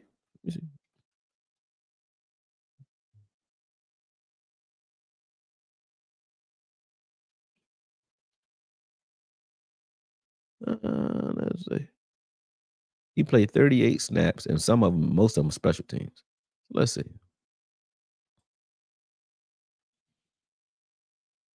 Okay. Let me find the sack. I don't feel like waiting. Boom, boom, boom, boom.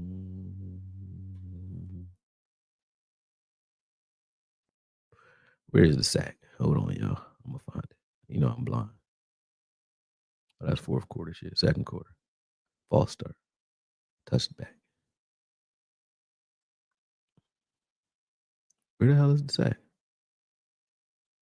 They don't even want to show the sack. They're like, that ain't happened. There we go. I'm like, damn, y'all hating. All right. Oh, there we go. All right. Make sure y'all can see it. Oh, no, y'all can't. Let me add it to the stage. Coming to the stage, ladies and gentlemen. James Houston. Everybody. Let's look at this real quick before they get me. All right, boom. Boom. So it's get off crazy. They widen. He playing 5 tech. They got that tight end in tight, so he has to take an even wider set, and they do that so that this tackle even has a chance in the first place. They're in cover 2. Boom, boom. Love is at the top of his drop or at the bottom of his drop. Boom. He's winding up to throw here, probably the craft. That's what it looks like is open for him, or he's trying to attack Dono deep. And when he does it, boop, right there. And he's throwing at Dono, so he might have had some success if he let this ball go. You never know. You know what I'm saying? But you can't tell me with the way this game was going that this play right here, this doesn't put you in the talks of being more impactful in the game when it actually resulted in 7 points. He gave us 7 points, a forced fumble and a fumble recovery and a sack on one play. Come on, brother. Come on, man. Come on, man. I got to talk my Terrence Howard voice on now. Come on, man. Let me find a tackle for loss because they said he had a tackle for loss too. Let me see. Where the other John at? Come on, man. Come on, money. Where is that? I don't see it. I don't see no negative plays outside of that one. All right, they gave him credit for a tackle for loss, but I don't see a tackle for loss. Let me see. They say money all around me. I feel like, or maybe it's a no gain somewhere. Where is that? Houston. We have a problem.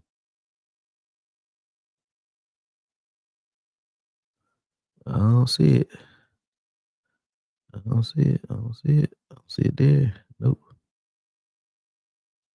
Yeah, I don't see the tackle for loss that he got this game. I don't see it.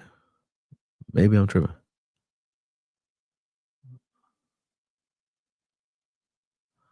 I'll try one more time. Let me go for it.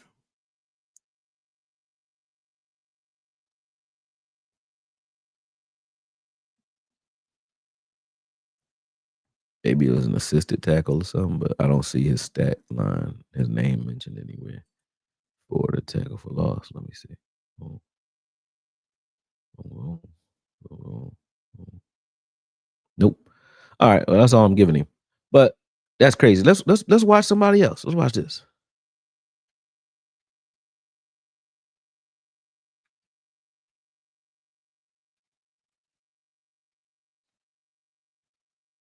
Let's watch this kid. Let's see what he did. Boom. Here's a tackle for loss right off the rip. Right from the rip. Boom. All right. Now, let me make sure y'all can see. Yes, you can. Yes, you can. All right. This is Ezaraku, right? Now, when you look at the defense, now this is him being a force player, right? Okay. Look at the defense. Look at the hash mark that Donovan Ezaraku is on. Count the numbers. See, this is what we do, right? Count the numbers, meaning outside of him, you have Morris Leafai over there, you have Elam, and you have Hooker out there, right? So everyone else, all the numbers are the teeth of the defense, is front side of this play, meaning strong side. Okay, where Sam Williams is strong side, Ezaraku is over here alone, meaning what we like to do to Micah Parsons, what other teams do to him is like when they see him over there alone with that much space, they tend to run at him, right? Boom. Now you see that pull? Now, if he just meets this guard, that's the job. The job is done. If he just meets this guard right there, he did his job. Even though he did this wrong, honestly, and I'm gonna tell you why. He should attack with his outside shoulder, not his inside shoulder, because his head needs to be outside the 7 of 75, not outside the 5. And that's just real football, okay? Because you want to make sure that Jacobs doesn't bounce this outside. But Jacobs sees that, okay, behind this, you can see that Morris is scraping anyway. So behind this, there's nowhere to really bounce anyway. See, he goes to bounce right there, bang. Right there. So he did this wrong. This was wrong because his head being inside made it so that Jacobs could bounce outside right here because he did it wrong. But guess what he did? Still got the fucking tackle for loss. Are you crazy? Parsons ain't do this one time the whole game. That's just one rep. I can show you more. Parsons, and I'm not hating on Parsons, man. I'm just stating the facts. He didn't do this one time the entire game. And you want to tell me that sack was more impactful than just this? That's the same as a sack. That's actually a true tackle behind the line of scrimmage. All right. While doing the job wrong. This is wrong, folks. Boom. That's a wrong shoulder to hit with. Am I wrong? No, I'm not.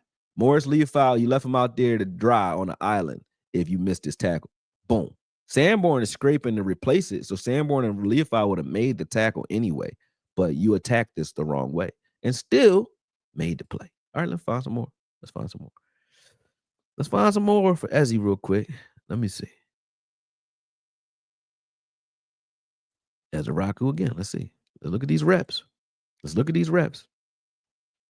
All right, here's edge on the edge. Again, where's the teeth of the defense? All flexed away from him. So the numbers, if you're the running back, you say, hey, I don't want to run to my left because everybody the hell over there. You don't want him to run in the middle because Kenny Clark in there and the linebackers is behind him. So where am I running at? Before the play even start, where's your help? Or where's your light, your daylight as an offensive player? Probably to the right. Boom. All right. Good tackle by him and Osa. Nothing special there. He still got 3 yards, which I don't like.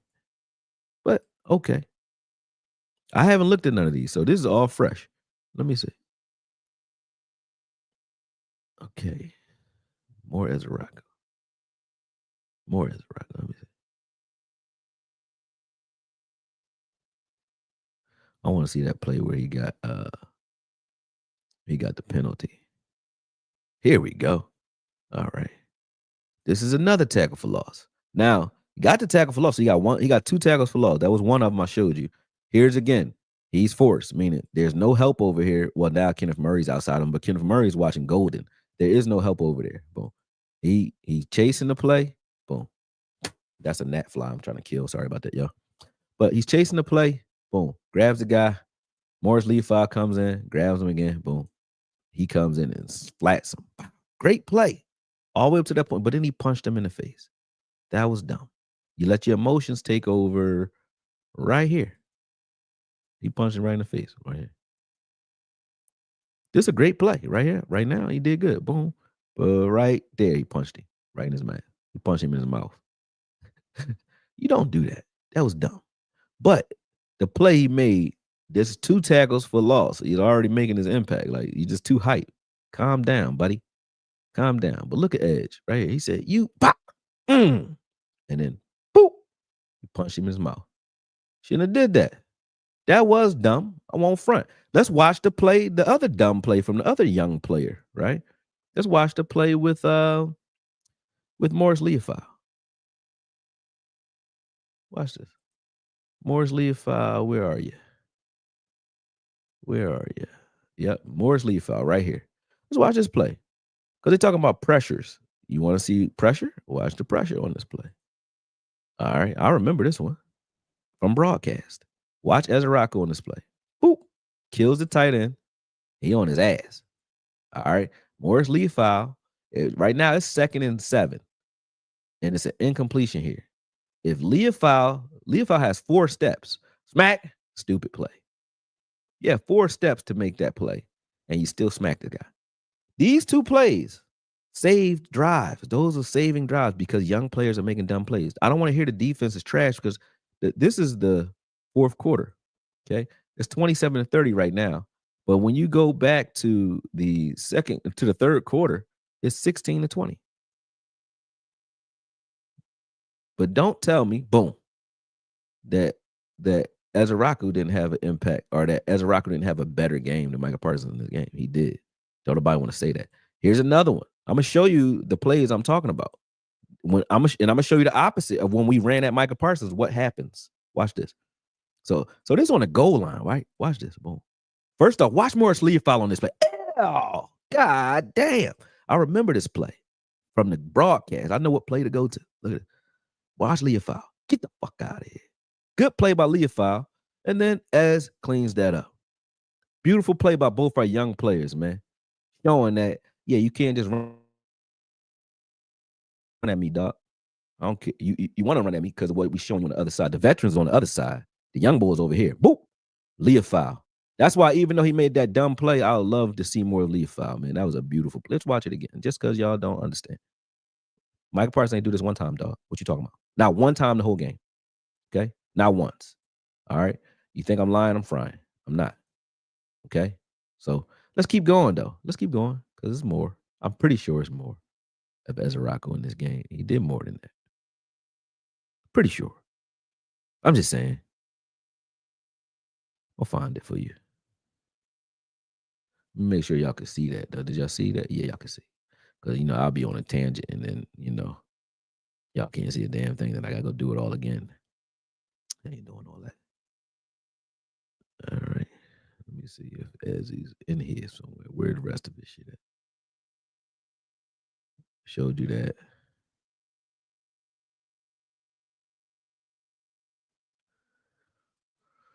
Boom. Let me see what he did on this play. I don't remember all these plays. Let me see. Is he on the field? Yeah, he on the field. But let's see what he does in this play. Well, this is what I say pre-snap. this is where I say Cowboys need to be a little smarter. You know that the ball ain't going in the middle of the field when you see Mozzie and Kenny Clark out there. It's not happening. You're not running in there. So Edge gets pushed out of there. Boom. He gets pushed out of his gap. Boom. But they still, they still recovered pretty well. Someone scraped and replaced. I don't even think he got pushed out of his gap. Let me see if he chose to go into the B gap or he got forced in there. But you can see they want him to go that way anyway, right? They want him. That's why he got that tight end over there, and he steps in there. So I would just why. He does go back out. Stay out there, 41. Yeah, they know he's crashing, so he's crashing the B gap on his own. And Clark's job is to scrape and replace. I'm not Clark Murray. Murray does, and then you see Sanborn and Clark are going to try to get over there. So Sanborn does get across the face, boom, and Clark does his job to recover. That was just good team defense. That was good team defense. I like what I saw, and they was attacking the line of scrimmage. So cool shit. Good team defense. They look good, right? Let me go all the way to the third quarter. Let me get to the third quarter.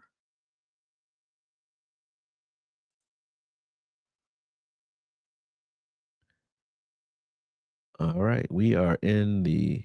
Let me get to the end of the third quarter. Where we at? Boom. It's 20-16. End of the third quarter. This is the end of the third quarter right now. End of the third quarter. Fourth quarter. Beginning of the fourth. They already scored. Who scored though? What did you see? Who scored? Oh, here we go. So this is the end of the third quarter. They score right here on this Jacobs run. That's what they scored on. Smack. The play right before this, they stopped them two straight times. Right. Yeah.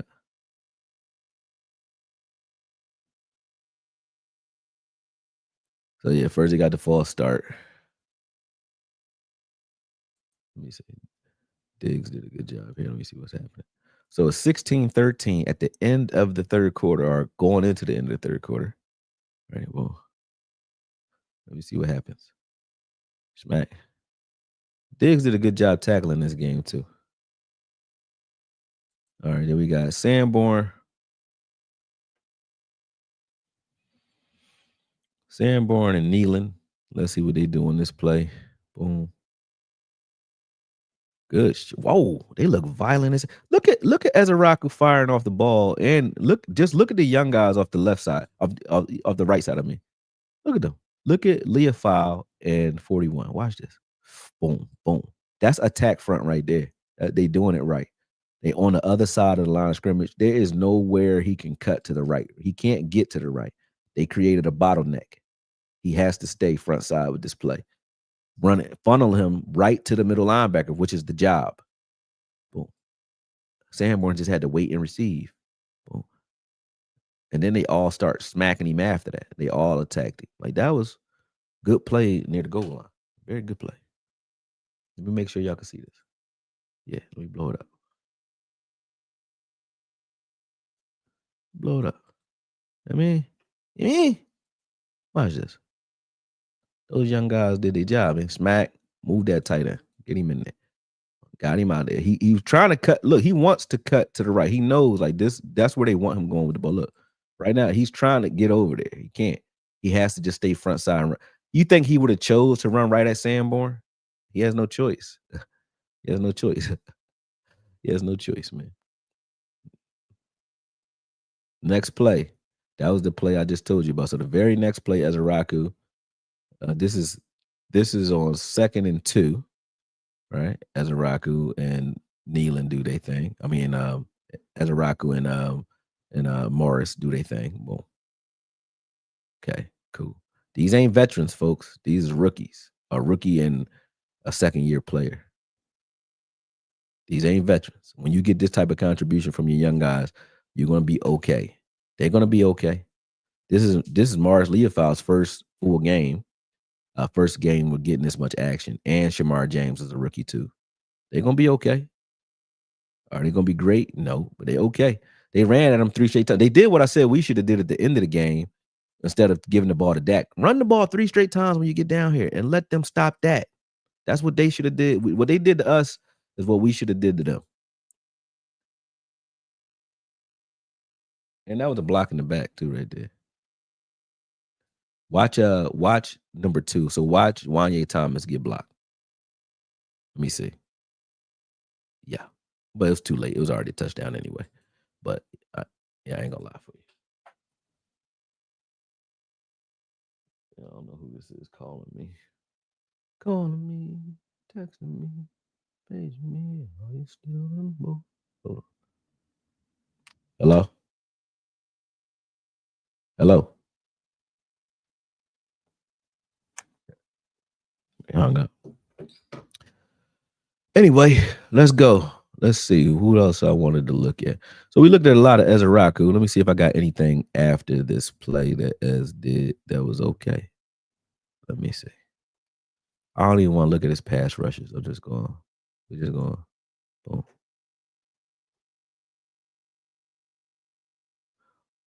Look at Diggs on this play. I like this play too. This is in the overtime. Come on, money. Get it together.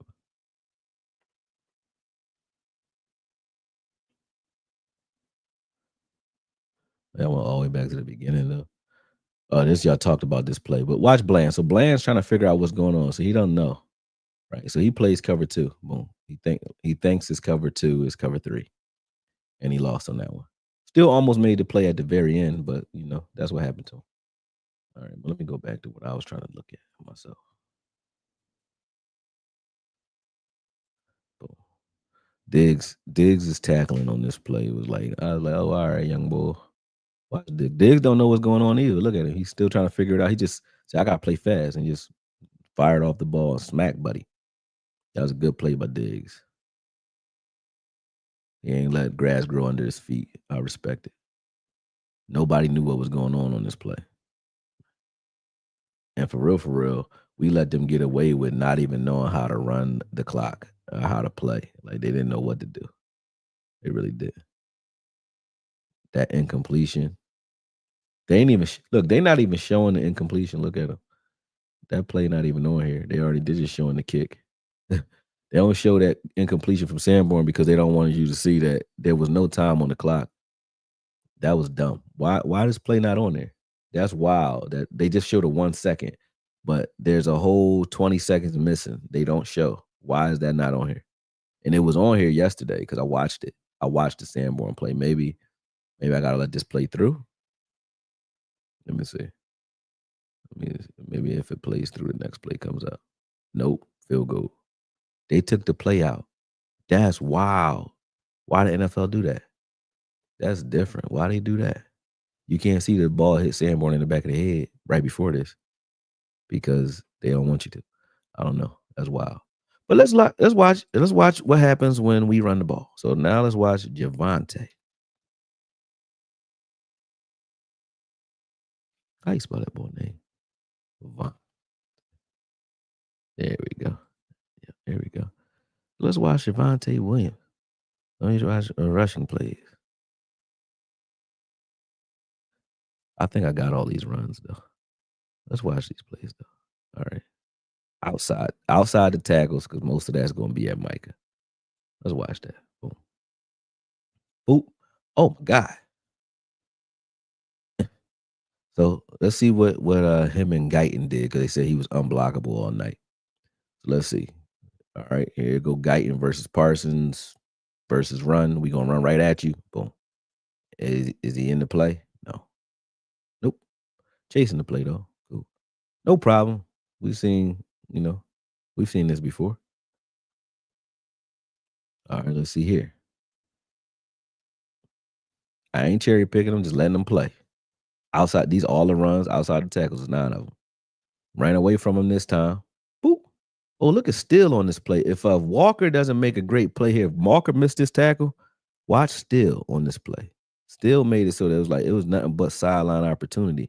Look at Steele moving, man. If Walker does a great job here, who's his job? All right, Bass was supposed no.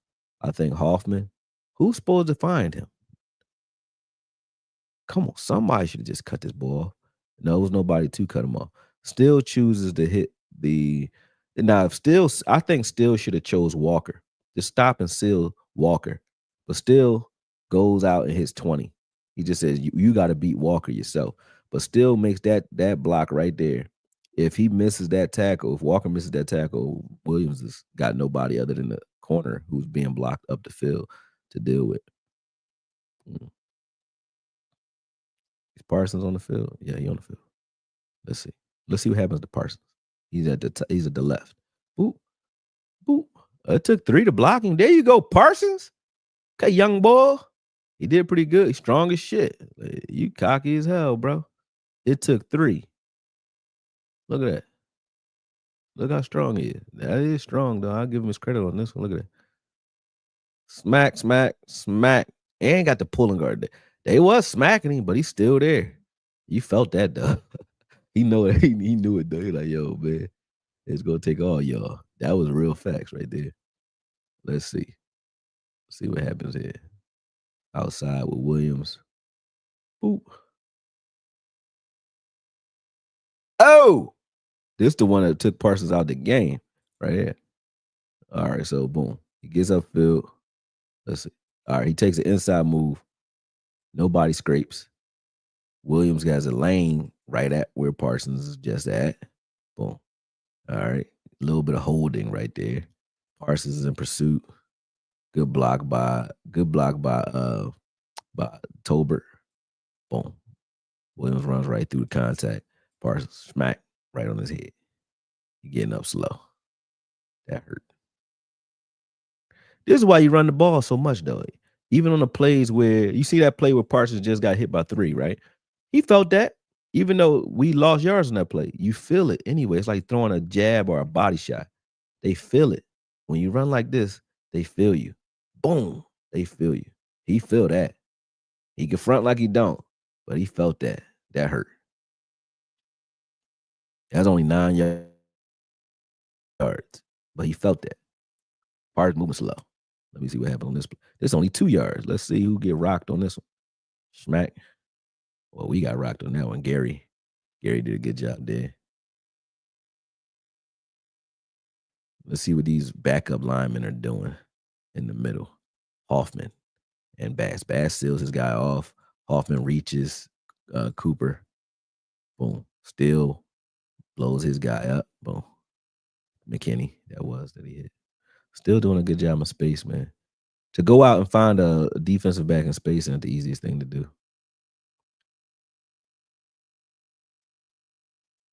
All right, hurry up because the NFL might come for me if I do this for too long. Come on, hide the ball, man. Get to the line, Dak. What you doing? All right, where's Javante? Ooh, ew, like a bullet. Scud missile. Parsons ain't on the field right now because he icing up. Van Ness is, though.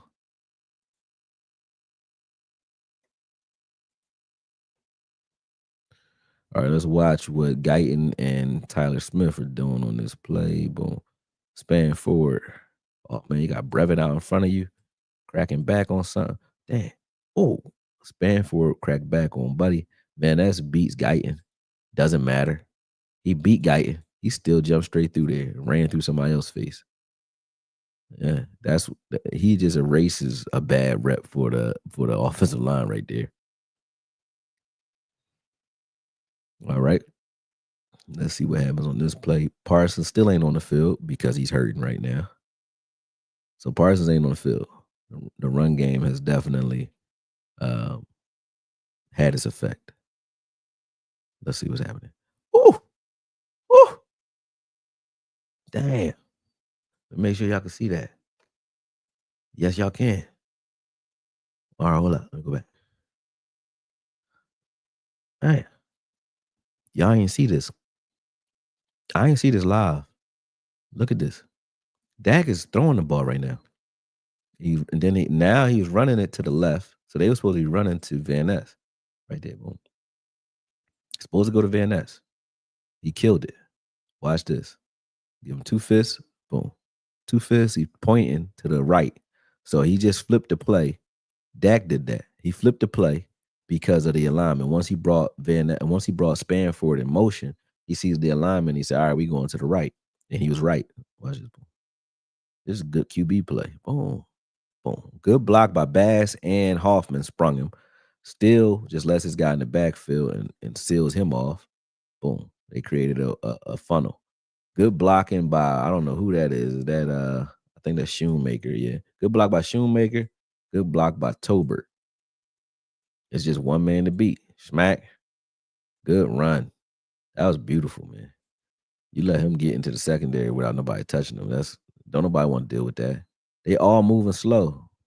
They all moving slow after he hit you. Watch the get up. Watch 33.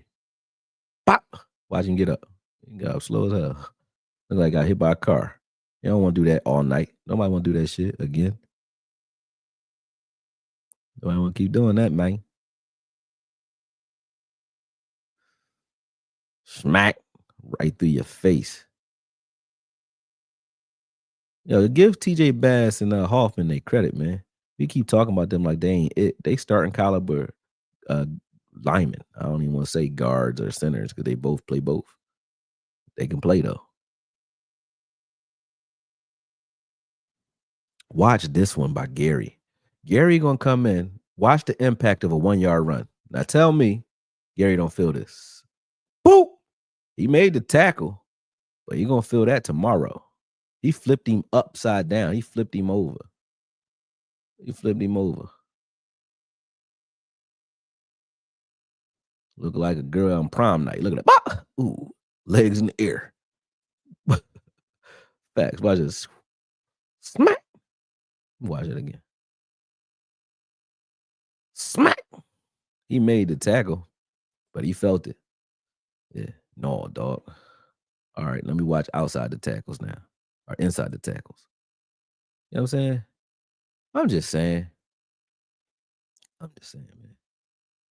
Parsons on the field. He moved out the way. He ain't want that work. Yeah, I ain't gonna get up out of here. Ain't want that work.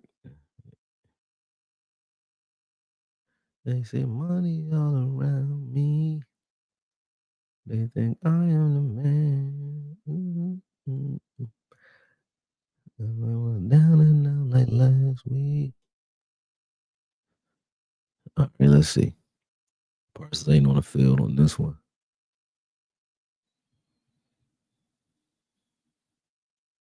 Real hard, man. Say no, no, no, baby.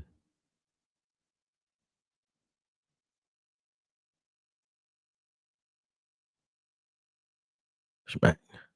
All right, I'm gonna stop sharing though. I proved my point because I don't know. Let me make sure the NFL ain't get me. Did he get me, y'all?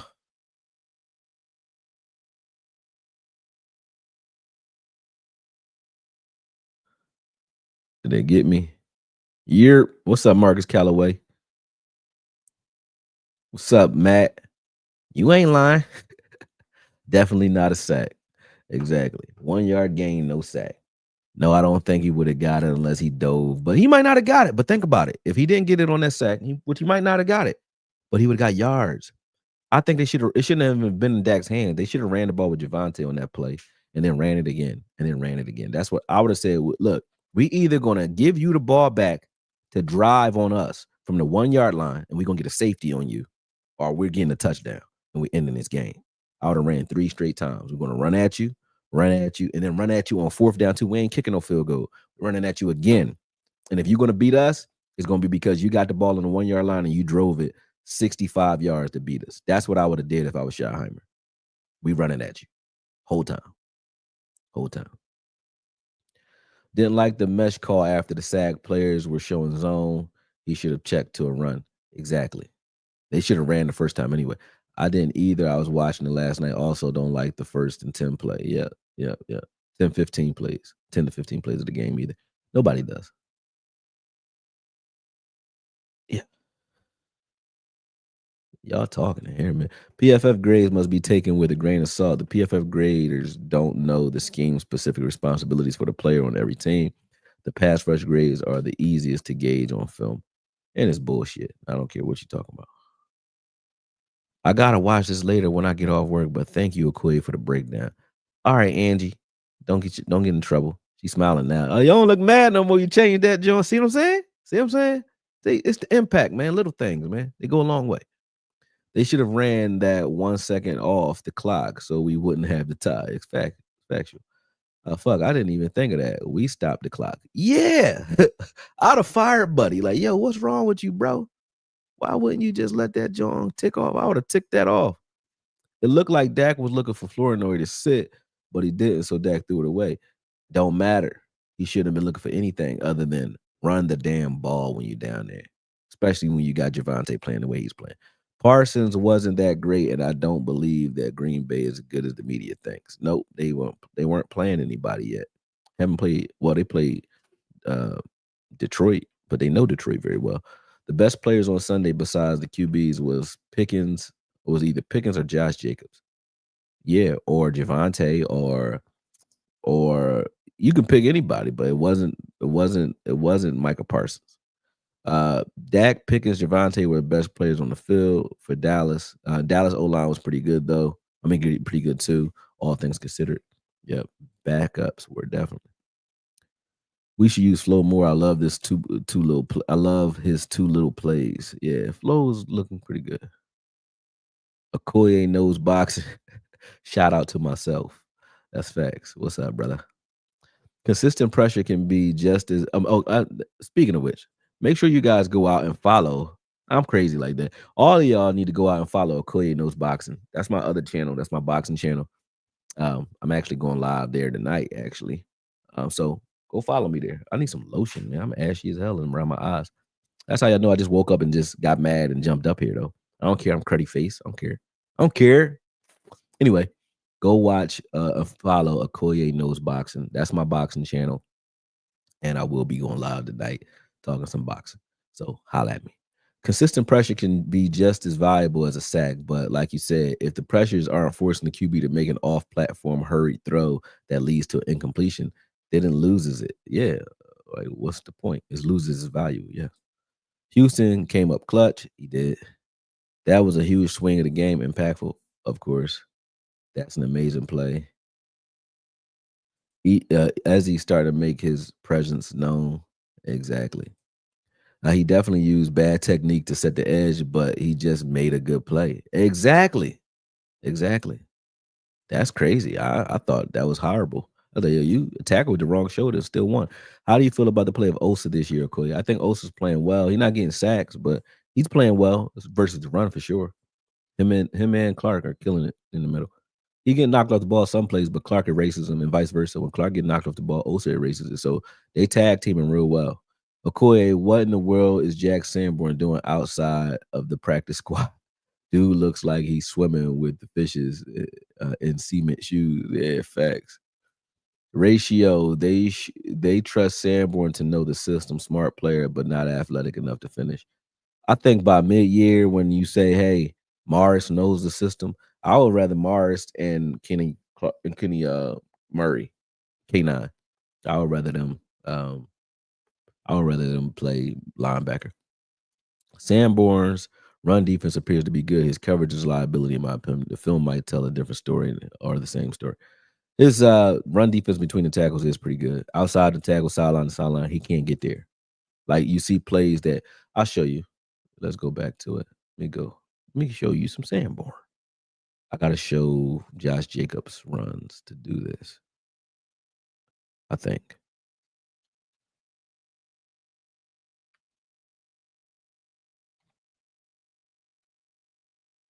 Yeah, let me see. I'll find the play and then you'll see what I'm talking about. Let me see.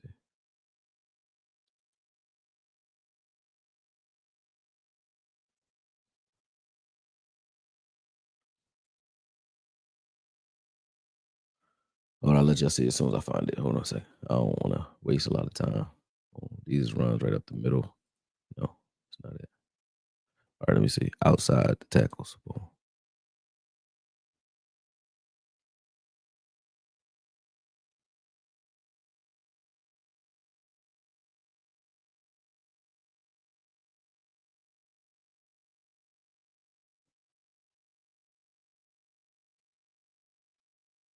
All right, I think this is it. Let me go back and share it with y'all.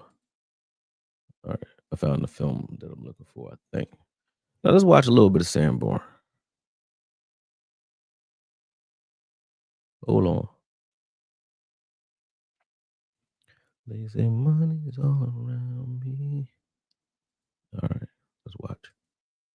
Let's see. Is this the one? Yeah, right there. See that? That right there. This so outside the tackles, when you run outside against Sanborn, he don't got the next gear. He can't shift up. He can't upshift. He's stuck in first gear. Watch this. So this is a play that Demo will make this. Sanborn, boom. He can't get there. You know what I mean? That's not his thing. You know what I mean? But between the tackles, he okay.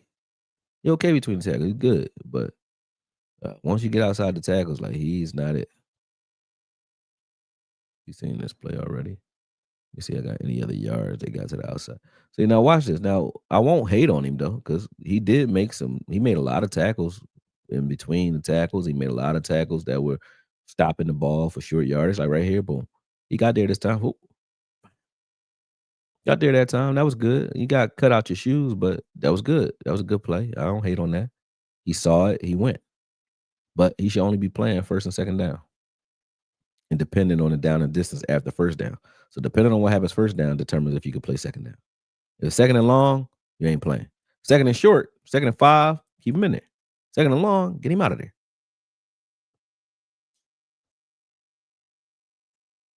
Let's watch this. What's he doing? Finds the ball. No problem with the you know what I'm saying? If the ball is not running to the outside, all the way outside, he finds the ball okay. And he got enough patience and skills to get there. His vision is good. You know what I mean? He's good versus the run. I won't lie on him. Here, well, that was a good play. Boom. Very good. Very good. Kenny Clark, no gameplay. Let's see this one. Oh, matter of fact, can y'all see it though? Yeah, y'all can. I didn't even make sure. My bad. Let's see what he's doing here. He get there this time too. Like this was actually outside the tackles. He got there, but that's because of the way they set the edge and slowed it up. They couldn't turn up the field. But he does a good job here too. Watch Sanborn. Like, don't well, I'm not gonna hate on the man. Is he better than Demo? Hell no. Is he good enough to play and keep us relevant while we wait for Demo? I think he's a smart guy that can play ball, but he shouldn't be your starter. That's all. Well, at least not there. He could be a Sam linebacker. Let him set the tone. But I think Morris is better at that this year to me. Reddy Stewart keep making tackles for loss in like every game he does this. I like what Reddy Stewart doing. All right, let me see. Yeah, that's it. I don't feel like I said, I don't want to get no strike. I just wanted to show you an example, and I showed that example. That one play was one I was looking for. But yeah, um, yeah, defensively, we're gonna be okay at some point. Let me read. Natasha Lawan, she said, I was about to come on here and fuss. Where's the tape on Micah? You promised because I've been checking, but I see you posted it last week. I can't wait to watch it. Yeah, that joint like 45 minutes. You got to watch that whole joint. No, y'all ain't see it yet. Make sure y'all watch Micah Parsons. I forgot what I called it. Shit. I might put the link in here. My bad. Micah Parsons Okoye, but it was something else. The title was somewhere else. Trade or trader or something like that. Or traded on, I think. Something like that. New defense to learn. Well, should be okay. Week 6, 7. Yep. Yep. Week 6, 7, they're gonna be all right. You got that clothesline play by Dono. Oh yeah, I can show you that one. That would have been a pick six. That could have been a pick six, yeah. Quickly.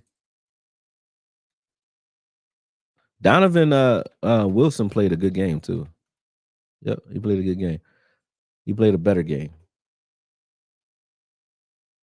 on the field. Donovan Wilson on the field.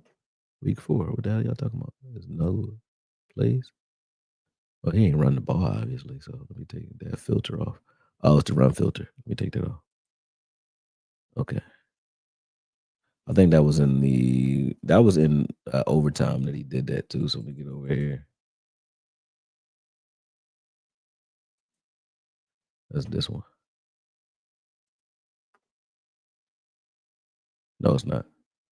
It's not this one.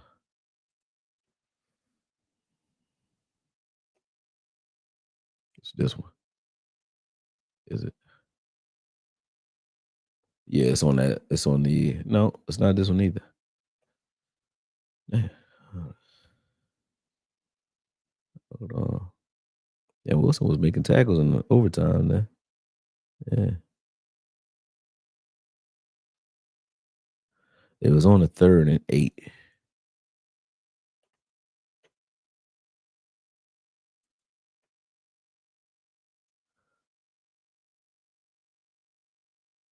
It was on the 3rd and 8, and Bland missed the play, and Wilson cleaned it up. Hold on.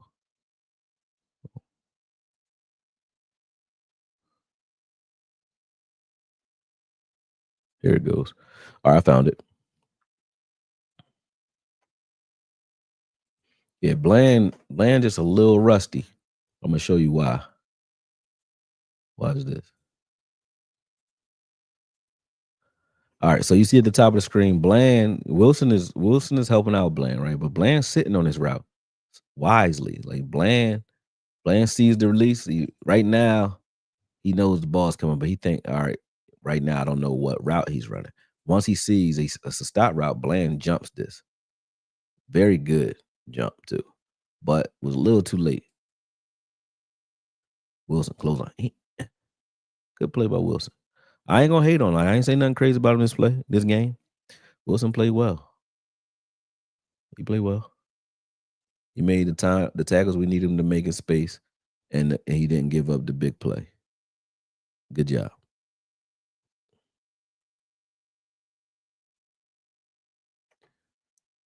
All right. Boom. All right, I've been on here 2 hours and 11 minutes. Here we go. Listen. Oh, damn. I ain't even got my right joint on here. Let me give you my right banner. But I've been down and out like last week. Make sure you support the channel. Cash App right here. Formless. $ 4MLESS. Go ahead. Make sure y'all handle that. Make sure y'all handle that. Rich Coleman said, "What's the Cash App?" I appreciate you. That's the Cash App, brother. $ 4MLS. LESS. Sorry. All right, let me see what else y'all saying, and then I'm getting out of here, man. What else we got? Make sure you go out to Okoye Knows Box and follow that. I'll be on there tonight. I'm about to go get me a nap in. Gotta go to work. Thank you, Okoye. Take care, nation. Facts. It's 141 of y'all on here. Make sure y'all like, share, subscribe, put it on Twitter. Tell your mama, tell your girlfriend, tell whoever, you know what I'm saying? Tell them to come watch.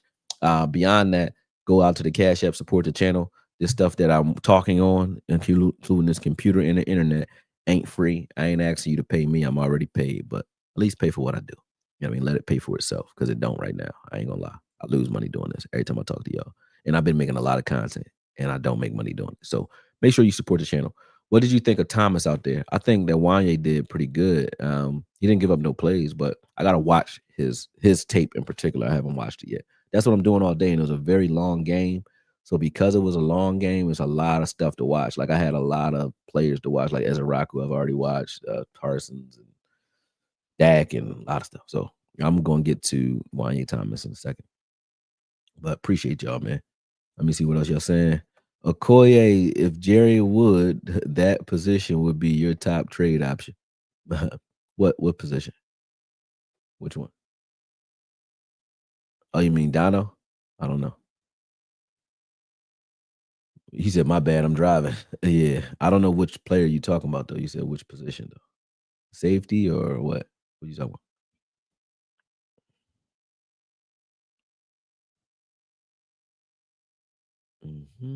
I'm gonna wait for him to answer, then I'm get out.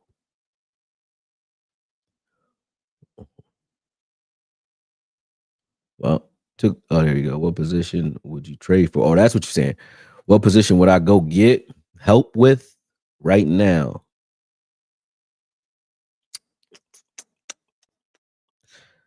Maybe only on defense and maybe edge. I mean, I like what Clowney did though, so I think that the edge room might be okay this year. We just gotta stay healthy and get up to speed.